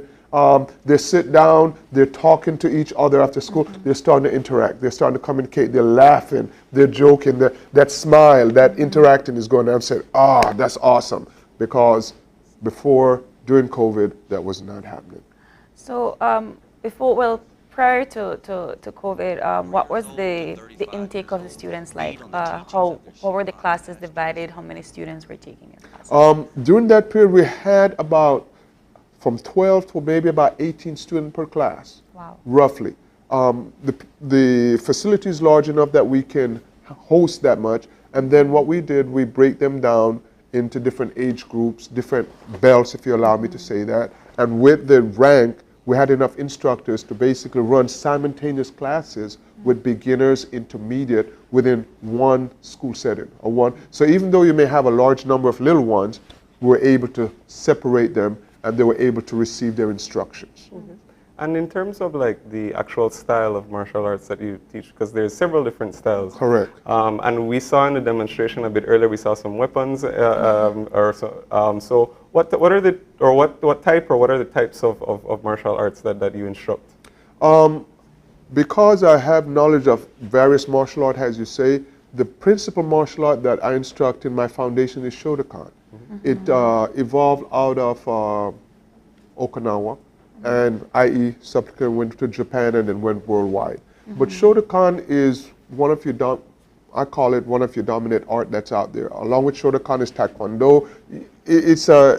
When you say martial art, you have a lot of different martial art under that umbrella. But Shotokan is one of them. I was reared in that, in the United States, and also I trained in Taekwondo back in the early 80s for the US Olympic. Back at that time, I was engaged in that very highly. I was highly competitive, world champion status, and on I can go on. But the weaponry part of it, those students in the blue uniform, they're in the Black Belt Club. That is a different club within our karate school.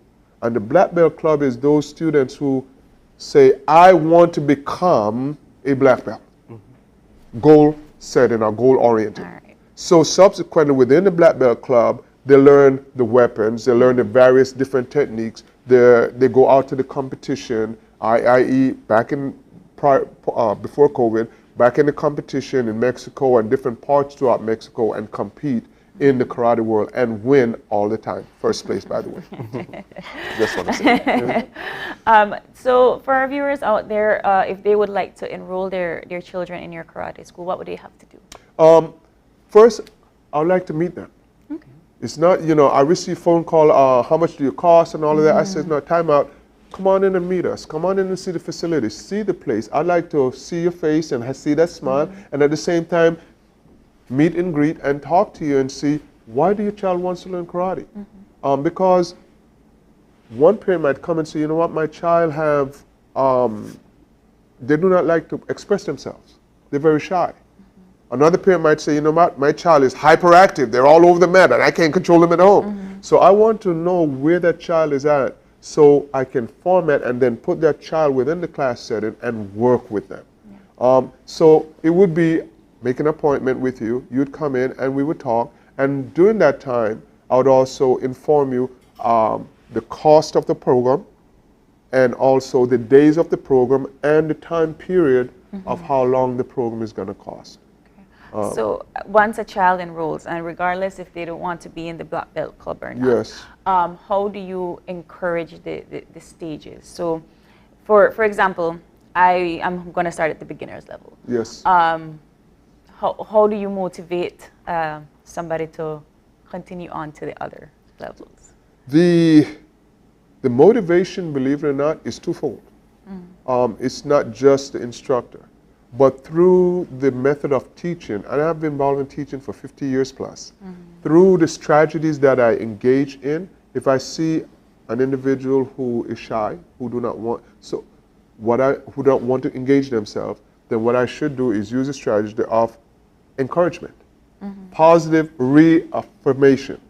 Maybe you cannot do that punch right, but not 100%, but that was an awesome job you did. You know, you might not get that block up right, but keep on going. And those are the positive affirmation that I use in class to then allow that child to say, I cannot punch right, but maybe I can punch exactly right with the positive affirmation and with that child going home and do it. So I say to mom and dad, go home and show your mom what you learned. Because again, mom and dad is paying X amount of money. They want to see what their children is learning. So through positive affirmation, I use that as one of the strategy and also the exercise. And we've been mainly talking about children, but do you work with all age ranges? I work with age range from 2 years old. My oldest student is 60 plus. Okay. So we could start, yeah. Male and female. Well, thank you so much, Sensei Shihan, for coming in. So they can find you at the House of Shotokan. House of Shotokan. We do not have a website, but we're located right there on Coney Drive. You know where it's kind of congested every morning in that area there, right there. They can't miss it. they can't miss it. It's right there. The phone number 621-9271. 621-9271. And you can call and make an appointment, come and visit with us. And we'd love to work with your children. We'd love, not just the children, adults too. All right. Thank you so much for coming in. Thank you. That we're going to take our other break. And when we get back, nutrition, hydration with Cornelio Marfield. So stay tuned.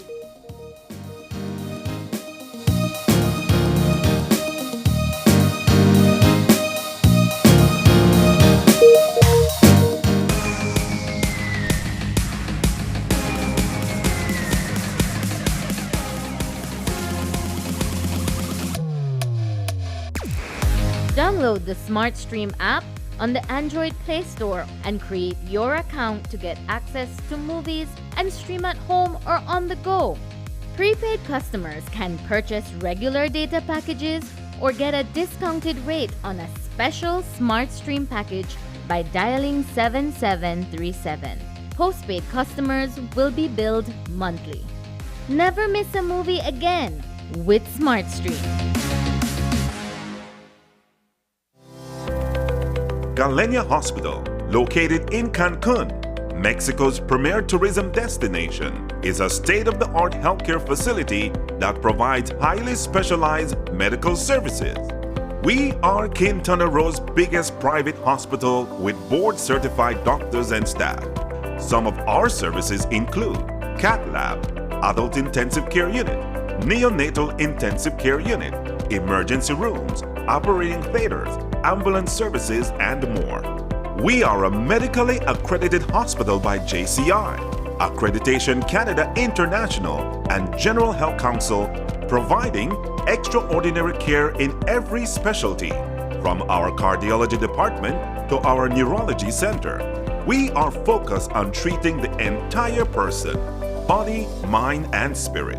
Contact us at medicaltourism@hospitalgalenia.com or visit our website at www.hospitalgalenia.com. Come to Galenia Hospital in Cancun for a truly personal medical care experience.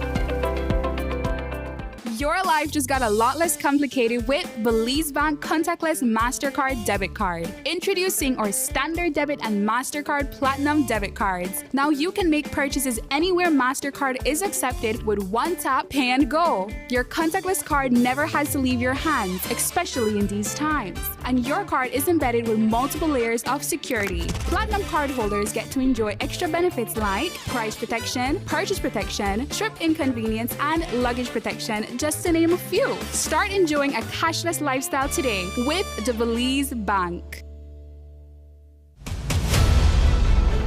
Dwayne Moody, Isani Cayetano, Marian Ali, Paul Lopez. Your News 5 Belize teams do whatever it takes, go wherever they need to go, so you can catch the story wherever you are, whenever you want, on whatever device. Channel 5 Belize on television, Facebook, Instagram, and YouTube, because news is now everywhere, all the time, and so are we. Whether you're at home, on the road, at work, or at school, if you see news happening or suspect that something might be up, call or text the Channel 5 News Belize tip line at 672-5555. You don't have to give us your name, just give us the tip. That's 672-5555. Call or text us so we can check it out. And we'll be back in a few, so stay tuned. Thanks, Jen. Hey there, we know you have to head out to work shortly, but don't forget that you can stay tuned by watching us on our Facebook live stream. Find us at Open Your Eyes BC, and you can continue watching there. You can also download Facebook Watch on your streaming device, and you can watch at your own convenience. And for all the behind-the-scenes fun, follow us on Instagram at OYE Belize. So, find us and follow us today.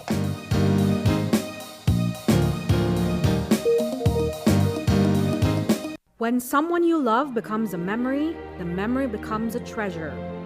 Channel 5 introduces the Daily Obituaries. The Daily Obituaries will broadcast all death and funeral announcements and memorials to honor your loved one's life and memories. The Daily Obituaries airs on Channel 5 prior to the evening newscast, with subsequent repeats at 10 p.m. and 12 noon the following day. It will also be placed online on our social media platforms, all for a standard package fee.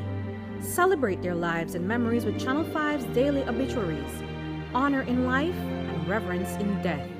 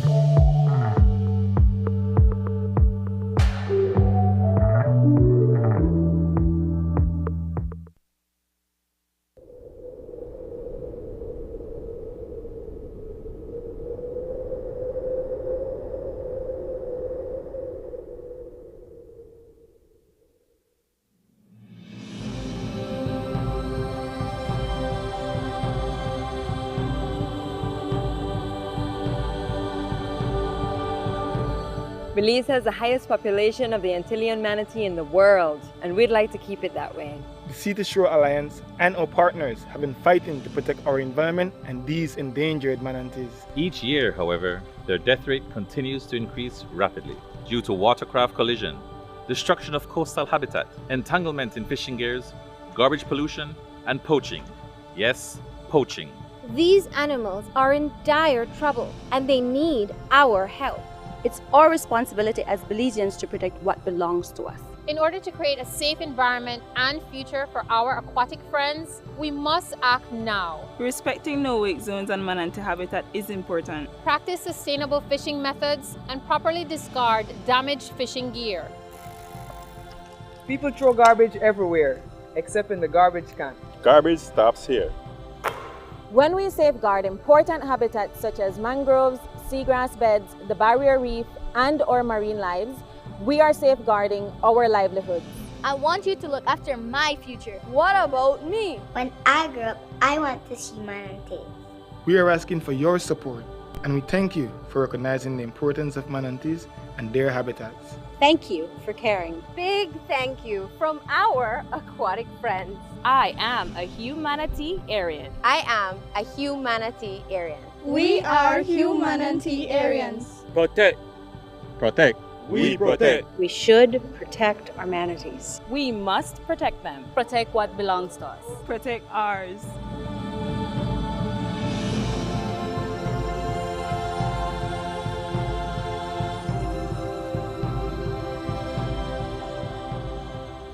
Protect your manatees, Belize.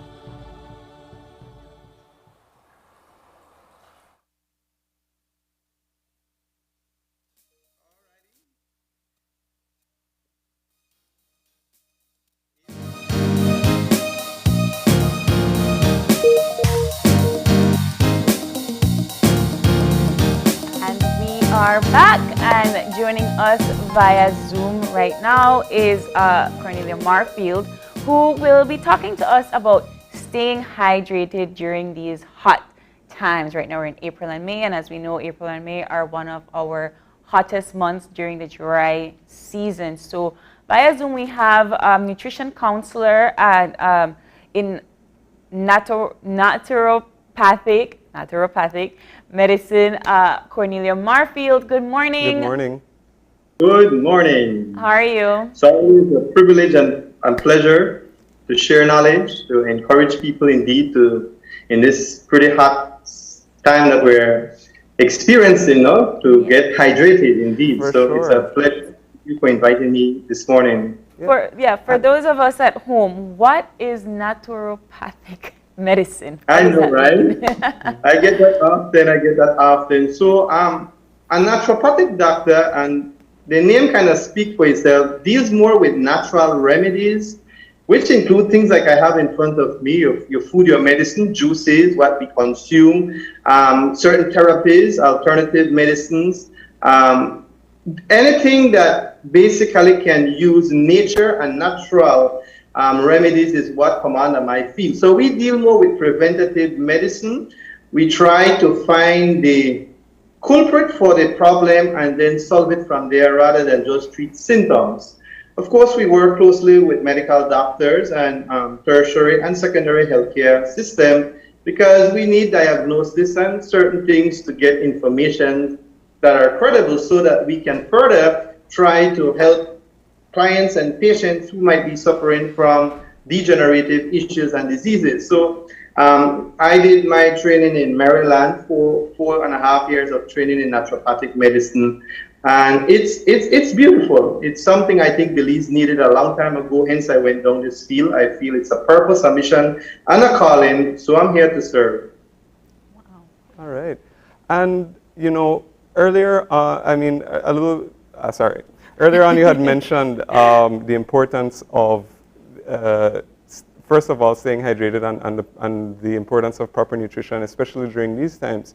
So talk a little bit about the heat, the effects that it can have on you, and why it's important to pay attention to things like nutrition to take care of your health. Certainly. Very good question. Like we said, it's getting pretty warm. I mean, summer is here, and we tend to get more dehydrated around this time of the year. You know, a lot of people don't necessarily have the luxury of working in an AC building. A lot of people work outdoor, of course. People go to the gym around this time more often, trying to get beach body for the summer. So you tend to sweat evidently more, and you will definitely feel more dehydrated as the heat gets on. I mean, I am from the nation's capital. Trust me, Belmopan is like hell hot fire right now. It's pretty warm. Although we had a little rain this morning, thank God for that. And it cooled off a little, but I assure you, sometimes when the rain comes and then the heat comes, it gets even more hotter because of all that mist that work with the heat. So it creates a very humid environment, an atmosphere. It's hot, and it's hot all around the world. Certain places still have certain temperature. I have traveled to hot places too. I mean, I remember when I went to represent our Diabetes Association over there in the Eastern world, in Abu Dhabi and Dubai, and we went to visit the Safari Desert. They made it clear because we went from 2 till 6:30 when the sun set. All during that hot time, they told us to keep hydrated. I remember another time when I went to a naturopathic conference in Las Vegas during the summer. 115, 118 degrees. So on that strip, they always had coconut water, which will be one of my hydrating drinks this morning. And they would have these towels with ice that you keep the head cool because of the very, very hot time during the summer. Belize, in our own way, maybe we don't reach those extreme temperature, but because it's very humid, it can be very uncomfortable. So even the way we dress, you know, we probably don't want to be dressing in a lot of dark clothing during this time and tight clothing. We want our clothes to be more loose, and the less dark the color, the better. So like black and, you know, dark green and dark blue tend to absorb the heat more easily. And you ask about maybe signs, you know, you want to pay attention to physiological signs that the body will, you know, like you have your car and the engine is getting hot, it will throw off signal on the meter. Well, we have a thermostat and we have a thing called homeostasis, which is to try to maintain a constant internal environment. And so if we are getting, we'll say, overheated like a vehicle, then, you know, we will probably have dry lips and tongues and mouth. Some people will start to have extreme headaches when they're dehydrated. People get constipated. People have back pain as a result of not using the bathroom. So the kidneys kind of, you know, part of the regulatory system will warn you with pain. You, like they say, the drink say, obey your thirst. You do get thirsty. You will feel that thirstiness. As a matter of fact, one of my disease and treatment teachers said we should never wait till we are thirsty to drink water. We should always be hydrating our body.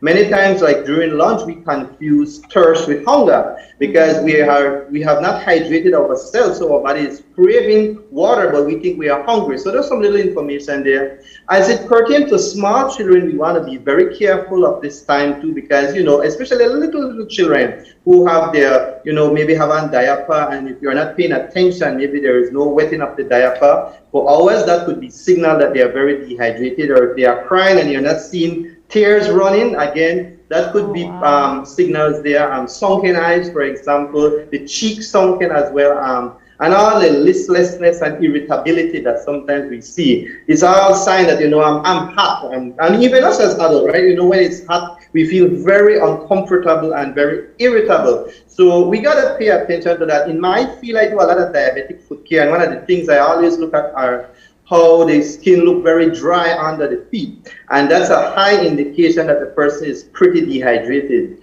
Of course, when you go to the bathroom, you gotta watch your urination output. So if it's very yellow, if it looks like one of my juice that I have here, that's not the way you want your urine to look, to be honest with you. You want to make it look like clear, like crystal water. So that is what you would want. And even if you're not going regularly to the bathroom, it could be signs that you're dehydrated. So these are just some of the things that I would like to answer to that particular question there just now, that we got to pay attention to the signals and the signs. No? And, you know,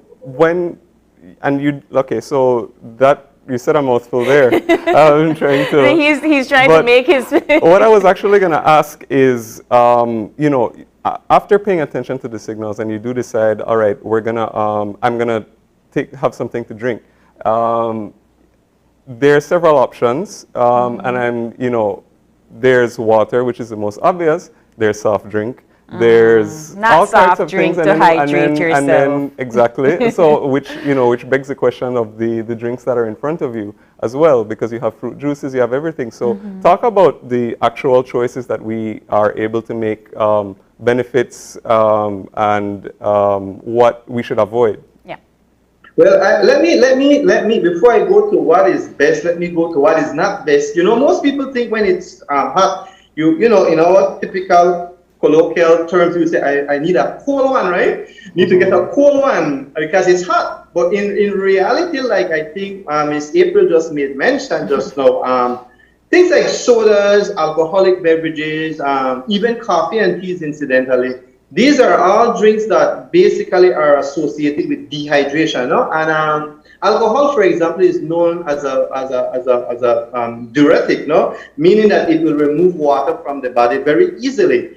So you probably want to not be drinking those often, or cut down on it at least during this very hot time. And like you said, we want to more do things that are very hydrating to the cells, because I remember when I was younger, I would play basketball often, and during the summer when you play basketball, on my jerseys, you would literally see the salt content, like literally crystallization on my pants, and I recognize that is what would cause problem, because I'm taking out all of these electrolytes, something that I will talk about in more detail in a few, that are so needed for good muscular relaxation and for the whole circulatory system and hydration of the body. So indeed, you want to stay very, very hydrated. I mean, the ultimate, the beverage for animal and man, obviously, is water, pure water. Some people don't like water. Some people don't like how water tastes. So what I am trying to encourage you, if you don't want to drink water, at least drink some flavor-based water, electrolyte, refreshing drink that I want to present this morning. And obviously, and there is a formula I learned in medical missionary work. If you want to know how much water you should drink for the day, and obviously your body weight determines the content, the quantity and content of the water. But normally what we learned is you would take your body weight, you divide it by 10, and then you divide that number by 2. So let's say you weigh 160 pounds, you would divide that by 10, which will be 16, and then you divide 16 by 2 and you get 8. So you would need about 8 glasses of water. Evidently, if you have a smaller body, you need less water, and the bigger the body, you need more water, because about 70% of the human anatomy is actually water, and about 80% of the brain cell is actually water, and most of the other things like the red blood cells and other parts of the human physiology is water. So we need a lot of water, I mean, even for your digestion and for absorption and for elimination purposes of food. It's all about water.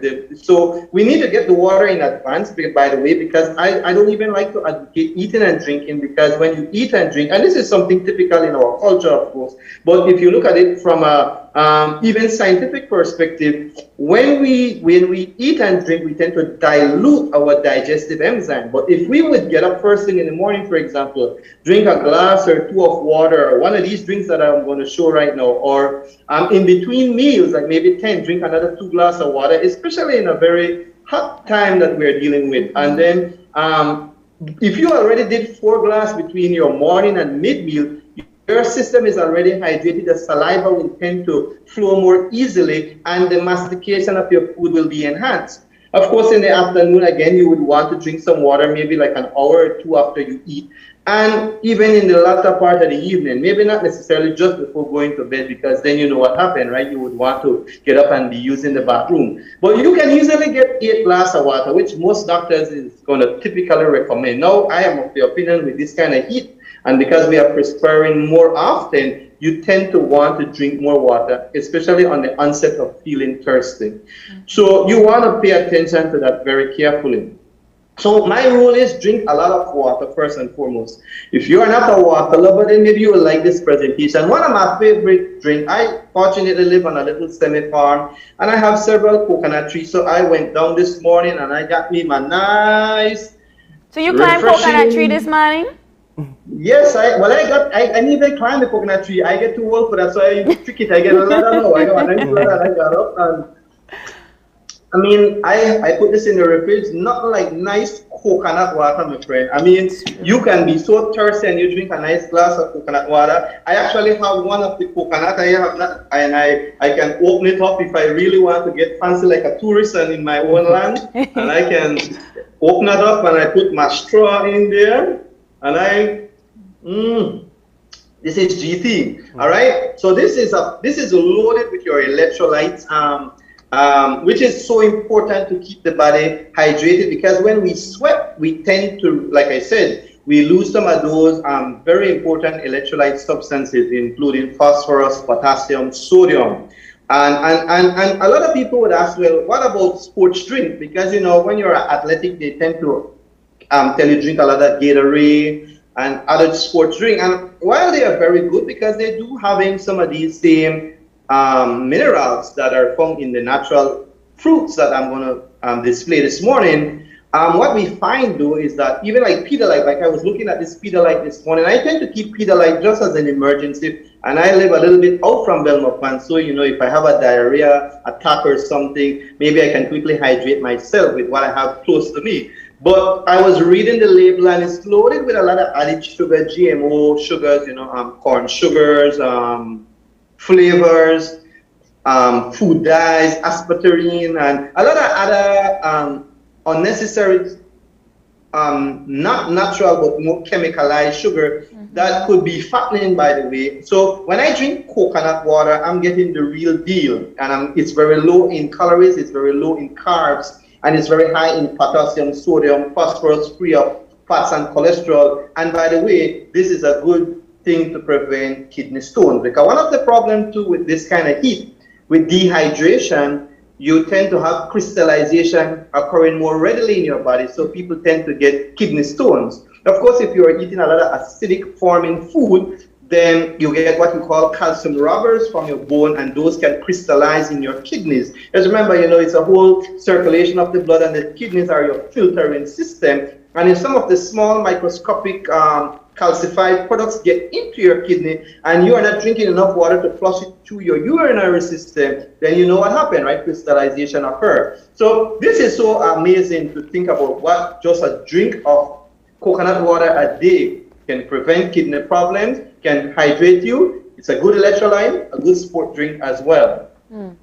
So I mean, we're running out of time, but I wanted to know about maybe not drinks, but what other water-based fruits and vegetables should we be consuming that would be able to help us keep that natural water balanced in our body? Yeah. The top water-based fruits and vegetables would be all your cabbages.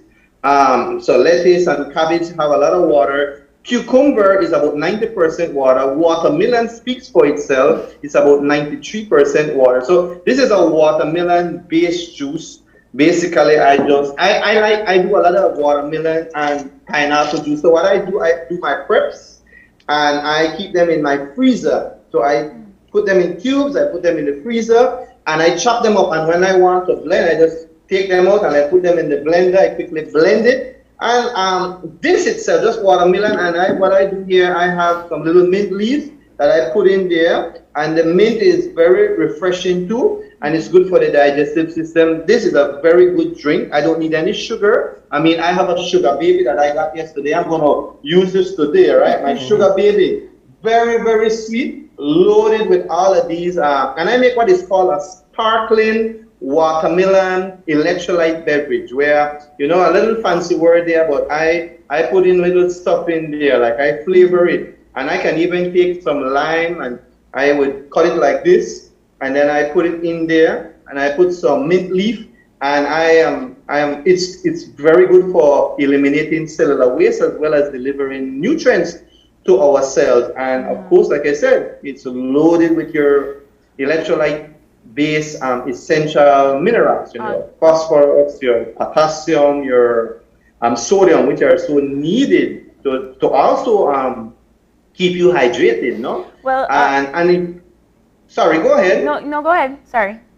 And I was going to say it has, I mean, whenever you see your juices are so colorful and natural, because some can will say not juices, but this more flavored and artificial flavor I'm talking about. But these are all natural. I have done a set of presentation on my Facebook that I was talking about the pigmentation that gives each of these plant-based food their colors. And in this case, it's having lycopene, which is a very, very good antioxidant, meaning it fights cancer, and it also having what we call carotene, which is also very good to fight diseases on a whole, support your immune system. So I like to use my colorful, in this case, this is orange with pineapple, and I basically what I did with that, I squeezed the natural orange juice, and then I boiled this same pineapple, I boil it like a tea, and then I added the liquid to that, and then I can put in like cucumber. This is I know Marlene, this is one of Marlene's new and favorite one that I have done the last time I was on the show. This is the pineapple skin, and what I do, I cut up the skin and I put it in and I boil it with some sugar. I add some sugar, and this is good even for people like who have diarrhea, because you have hydrating drink and then you have what you call rehydrating drink. Like at the hospital, they will give you rehydrating salt after you have diarrhea, because then I had a friend just the other night call me about the stomach bug, and you know, she's using the bathroom too often, and so you know, you lose a lot of your minerals that way as well. So you need a little extra salt and sugar. But generally, we don't even have to do that if we're doing these rehydrating drink, because the sodium is natural in these plants. And then finally, this is another well-known one, good for weight loss. So this is my infused cucumber drink. What I do, I cut hexagonal the lime, so I cut it up like this, and I would add it, and then I take my cucumbers as well, and I cut it up like this, and I would infuse it overnight. Of course, you can do this like in a big mug or something, and then you leave it overnight, and you can feast on that all day, literally all day. I mean, you already have the water base, so you're getting the water. What you're getting is additional electrolytes, the minerals, the macronutrients that will definitely be good for your body during this hot summertime. All right. Well, thank you so much, Mr. Marfield. That I feel like there is much more that we can learn about this, but we're completely out of time. So, but we thank you so much for joining us and giving us all of these wonderful tips. And I think that for the most part, you know, during this hot climate, these are the kind of instructions that we need. So for those of you that don't like water, Mr. Marfield has various different recipes for different water-based fruits and vegetables that you can use. But thank you so much for stopping by, and I hope that we can have you back when you can actually serve us the drinks. So that me and Gavin just there to watch you the drink without doing. To open your eyes, I have to bring a whole watermelon, a whole pineapple. Exactly, everything, the full works, the full works. But I believe we have said enough, and you know, enjoy your drinks. You know. Well, I'll follow your instructions. I'll follow your instructions. Awesome, thank you. Yep.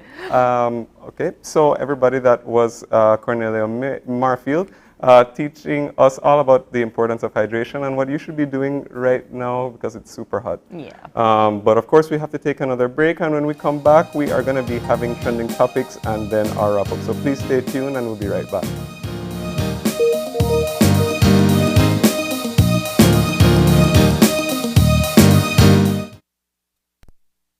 Hola usuario de eCash, la aplicación eCash está disponible en español.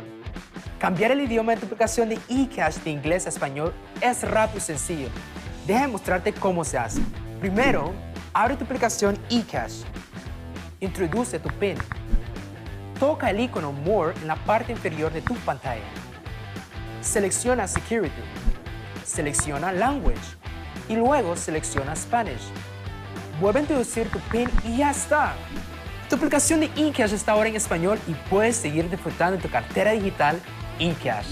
La aplicación eCash de Belize Bank te hace la vida más fácil.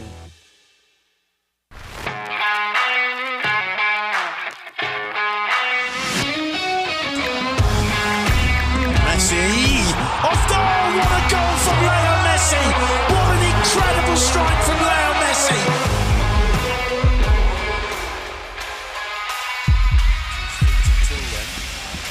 and Messi is standing over this. Messi. Great entertainment stays with you, and we bring you great entertainment. Next Gen, the ultimate digital experience.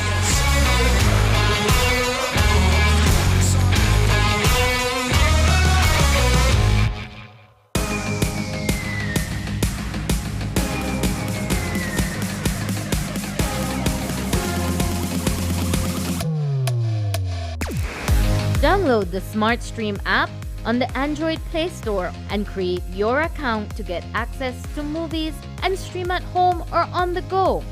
Prepaid customers can purchase regular data packages or get a discounted rate on a special SmartStream package by dialing 7737. Postpaid customers will be billed monthly. Never miss a movie again with SmartStream.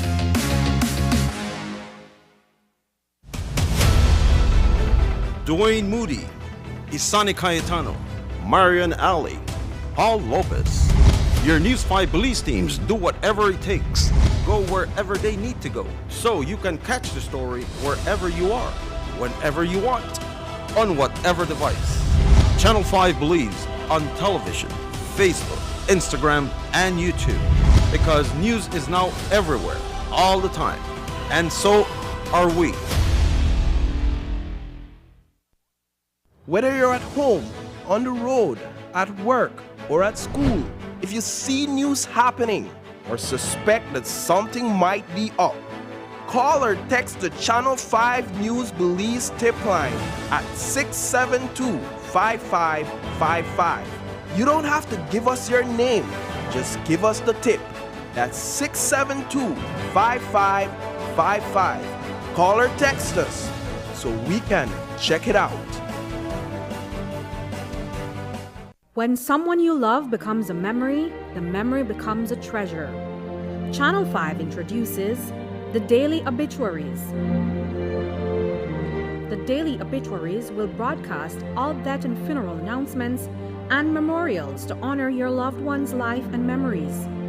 The Daily Obituaries airs on Channel 5 prior to the evening newscast, with subsequent repeats at 10 p.m. and 12 noon the following day. It will also be placed online on our social media platforms, all for a standard package fee. Celebrate their lives and memories with Channel 5's Daily Obituaries. Honor in life and reverence in death. And we'll be back in a few, so stay tuned. Thanks, Jen. Hey there, we know you have to head out to work shortly, but don't forget that you can stay tuned by watching us on our Facebook live stream. Find us at Open Your Eyes BC, and you can continue watching there. You can also download Facebook Watch on your streaming device, and you can watch at your own convenience. And for all the behind the scenes fun, follow us on Instagram at OYE Belize. So, find us and follow us today.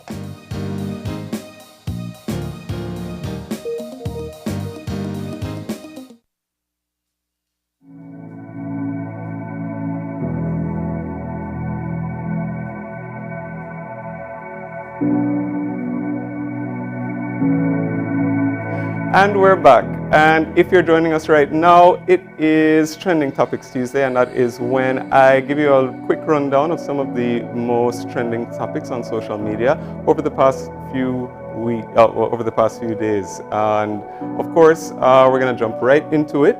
And the first thing that we're going to talk about is a video which went kind of viral. Of course, it originated on TikTok, but then it made its way onto other social media platforms like Twitter and Instagram, and it's a cooking video. And we all have probably been online and we've watched some cooking or some recipe videos, and they look pretty nice. But this one went viral for the opposite reason. As we see that this video begins with somebody filling up what looks like a grill with Sunny Delight juice. And if you think this is probably, now there's a lot of videos like this, and you see people making cocktails or mixed drinks in giant batches. And if you think this is where this is going, then you're definitely wrong. because what he's actually doing is a recipe for a seafood boil. And it starts off with a base of Sunny Delight. There was also some lime soda that he used. And as you can see in the second video, which we just had up on the screen, he actually went and after adding all of this juice, all of this soda and stuff, he started adding, as you can see him adding in his shrimp, he added in his vegetables and stuff, and he actually boiled it down and eat that. So this video went viral because it went in a completely different direction than other people thought. And personally, I am allergic to crustaceans, so I can't partake in that, so I'll never know. But it certainly was very interesting.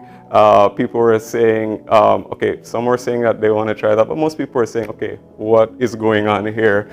Don't think that this is a recipe that they would be trying very soon. But it's pretty interesting. The guy has gotten millions of views on TikTok and on Twitter. So certainly some people are trying it, and so that was the first trend, which I saw viral video going all over different social media platforms.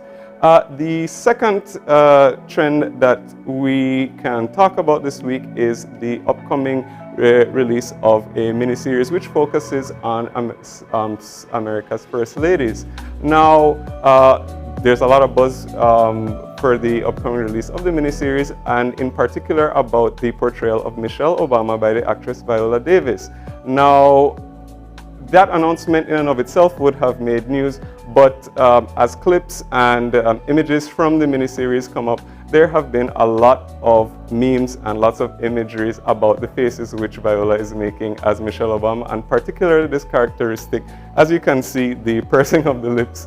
So a lot of people have been making memes and taking part, and as you can see, here's one sending everybody positive vibes, and people are actually starting to think that it's actually kind of funny the way how Viola Davis has been portraying looks, and as you can see, there's a funny tweet here talking about Michelle watching Viola Davis make some of the faces that she does. Viola herself liked some of these tweets, so we know that she doesn't take herself that too seriously. Here's another one, Viola Davis's lips when the director finally yells, "It's a wrap." So taking a break. So lots of people were, of course, making fun of some of these faces and saying, well, does Michelle Obama really do this? Because it seemed a little bit exaggerated. But I was laughing at a lot of the memes for sure. And of course, it's all in good fun, and we know that Viola Davis is an amazing actress. So she'll probably, when this series does finally air, it's probably going to be a great portrayal. But some of these stills were generating some jokes and some memes, and I found a lot of them funny. As you can see, here's a compilation of her with her famous Michelle Obama pout. Third trend to talk about now in some local news. Well, local and international news, if you want to put it like that, is the very highly anticipated each year is the Sports Illustrated swimsuit issue. And one of the exciting things is that 2022's issues, a lot of the shots were actually shot right here in Belize. And as you can see, there's a model, and there were also Sports Illustrated has released some images on their Instagram page and on their other social media platforms of some of the some of the images from the shoots which will come out in the issue. There is a famous model and influencer, Jasmine Sanders. So she was here, and then. So Sports Illustrated issue being shot in Belize, of course, is making big news, and on their social media platforms as well. As you can see, there's an Instagram video of them live at the shoot, and of course they are highlighting the fact that they are here. So we do get a little bit of some good, some publicity. Belize showing off the beauty of Belize on our beaches, and of course there are several locations. Not all of the images have been released as yet, but of course this is pretty big news, and it's another way that Belize is probably going to be getting a lot of attention across different social media platforms, because I've been starting to see some of the images on Instagram especially, but Twitter, TikTok, all of them are starting to come out, and of course when the issue does launch, we'll see the full host of images on all of the different locations. But it's certainly a very exciting topic, so it was one that I thought that we should definitely mention. And finally, probably the biggest social media news which has come out over the past few days is the imminent acquisition of Twitter by billionaire Elon Musk. Of course, over the past few weeks, there has been a lot of discussion about his proposed buying, and then we finally saw, I believe it was about 2 weeks ago, he made his offer of about $43 billion, which was amped up a little bit to just under $44 billion, and Twitter announced yesterday that the board was accepting his offer, and it seems that for all intents and purposes, Elon Musk is going to be a huge shareholder in Twitter. He has been speaking publicly via his Twitter, actually, on some of what he intends to do and some of the changes he wants to see. And he's claiming that and his claim is that he wants to do it to increase free speech and more open discussions. But we'll see how exactly that plays out in the next coming days, I should say in the next few months. But that was, of course, a big, huge news acquisition, the acquisition of Twitter for so much billions of dollars, which you probably did hear about. And I'm a regular Twitter user, so I'm definitely interested to see how this will play out in the long run. But those are our trending topics for this week. And if you want me to talk about a trend, feel free to send us in, and I'd be glad to talk about it. So yeah, April, you don't use Twitter, do you? No, I am not a social media Yeah. at all. But one, I want to try the shrimp thing. Oh, yeah, okay. Yeah, I want to try the shrimp. Tell me how that goes. I'll let you know how that goes. And then, of course, another billionaire buying another company. What else is new, right? Right. In the world. But, right, so thank you so much, Gavin, for our trending topics. And yes, as Gavin has mentioned, if you do want to highlight any trending topics that you think we missed, you can always send us a message on our social media platforms. But, of course, we got to leave. But pull a John move, right? Mm-hmm. So I have to pull a John move, and I have to send a special birthday shout out. Okay. So a special birthday shout out goes out to one of my near and dear friends, Cheryl Jones in Blamapan. Girl, we love you so, so much, and we hope you have a wonderful birthday from your Trash Panda group. So we hope that you have a great day. Birthday, Cheryl. Happy birthday, Cheryl. And with that, we're gonna leave. Yep. It's been Tuesday. Lovely. Thank you so much for having us in your homes this morning. If you want to send us any kind of email or link, you can link us up at OYE right here. Yep. Send us an email at OYE@channel5belize.com. Or on our social medias. Yep. You can find us on Facebook at OpenYourEyesBZ or our Instagram at OYEBelize. Yes, of course, if you want to send Gavin any trending topics, you can find him on Twitter. Yeah, or Instagram or anything, yeah. Yes, but of course, with that, we will leave you. Thank you so much for joining us. Stay safe and keep your eyes, your minds, and your heart open. Goodbye, Belize.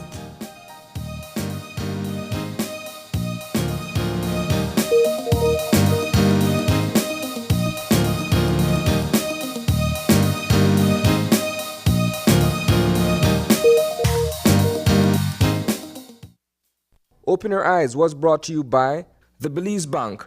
Our country, your bank.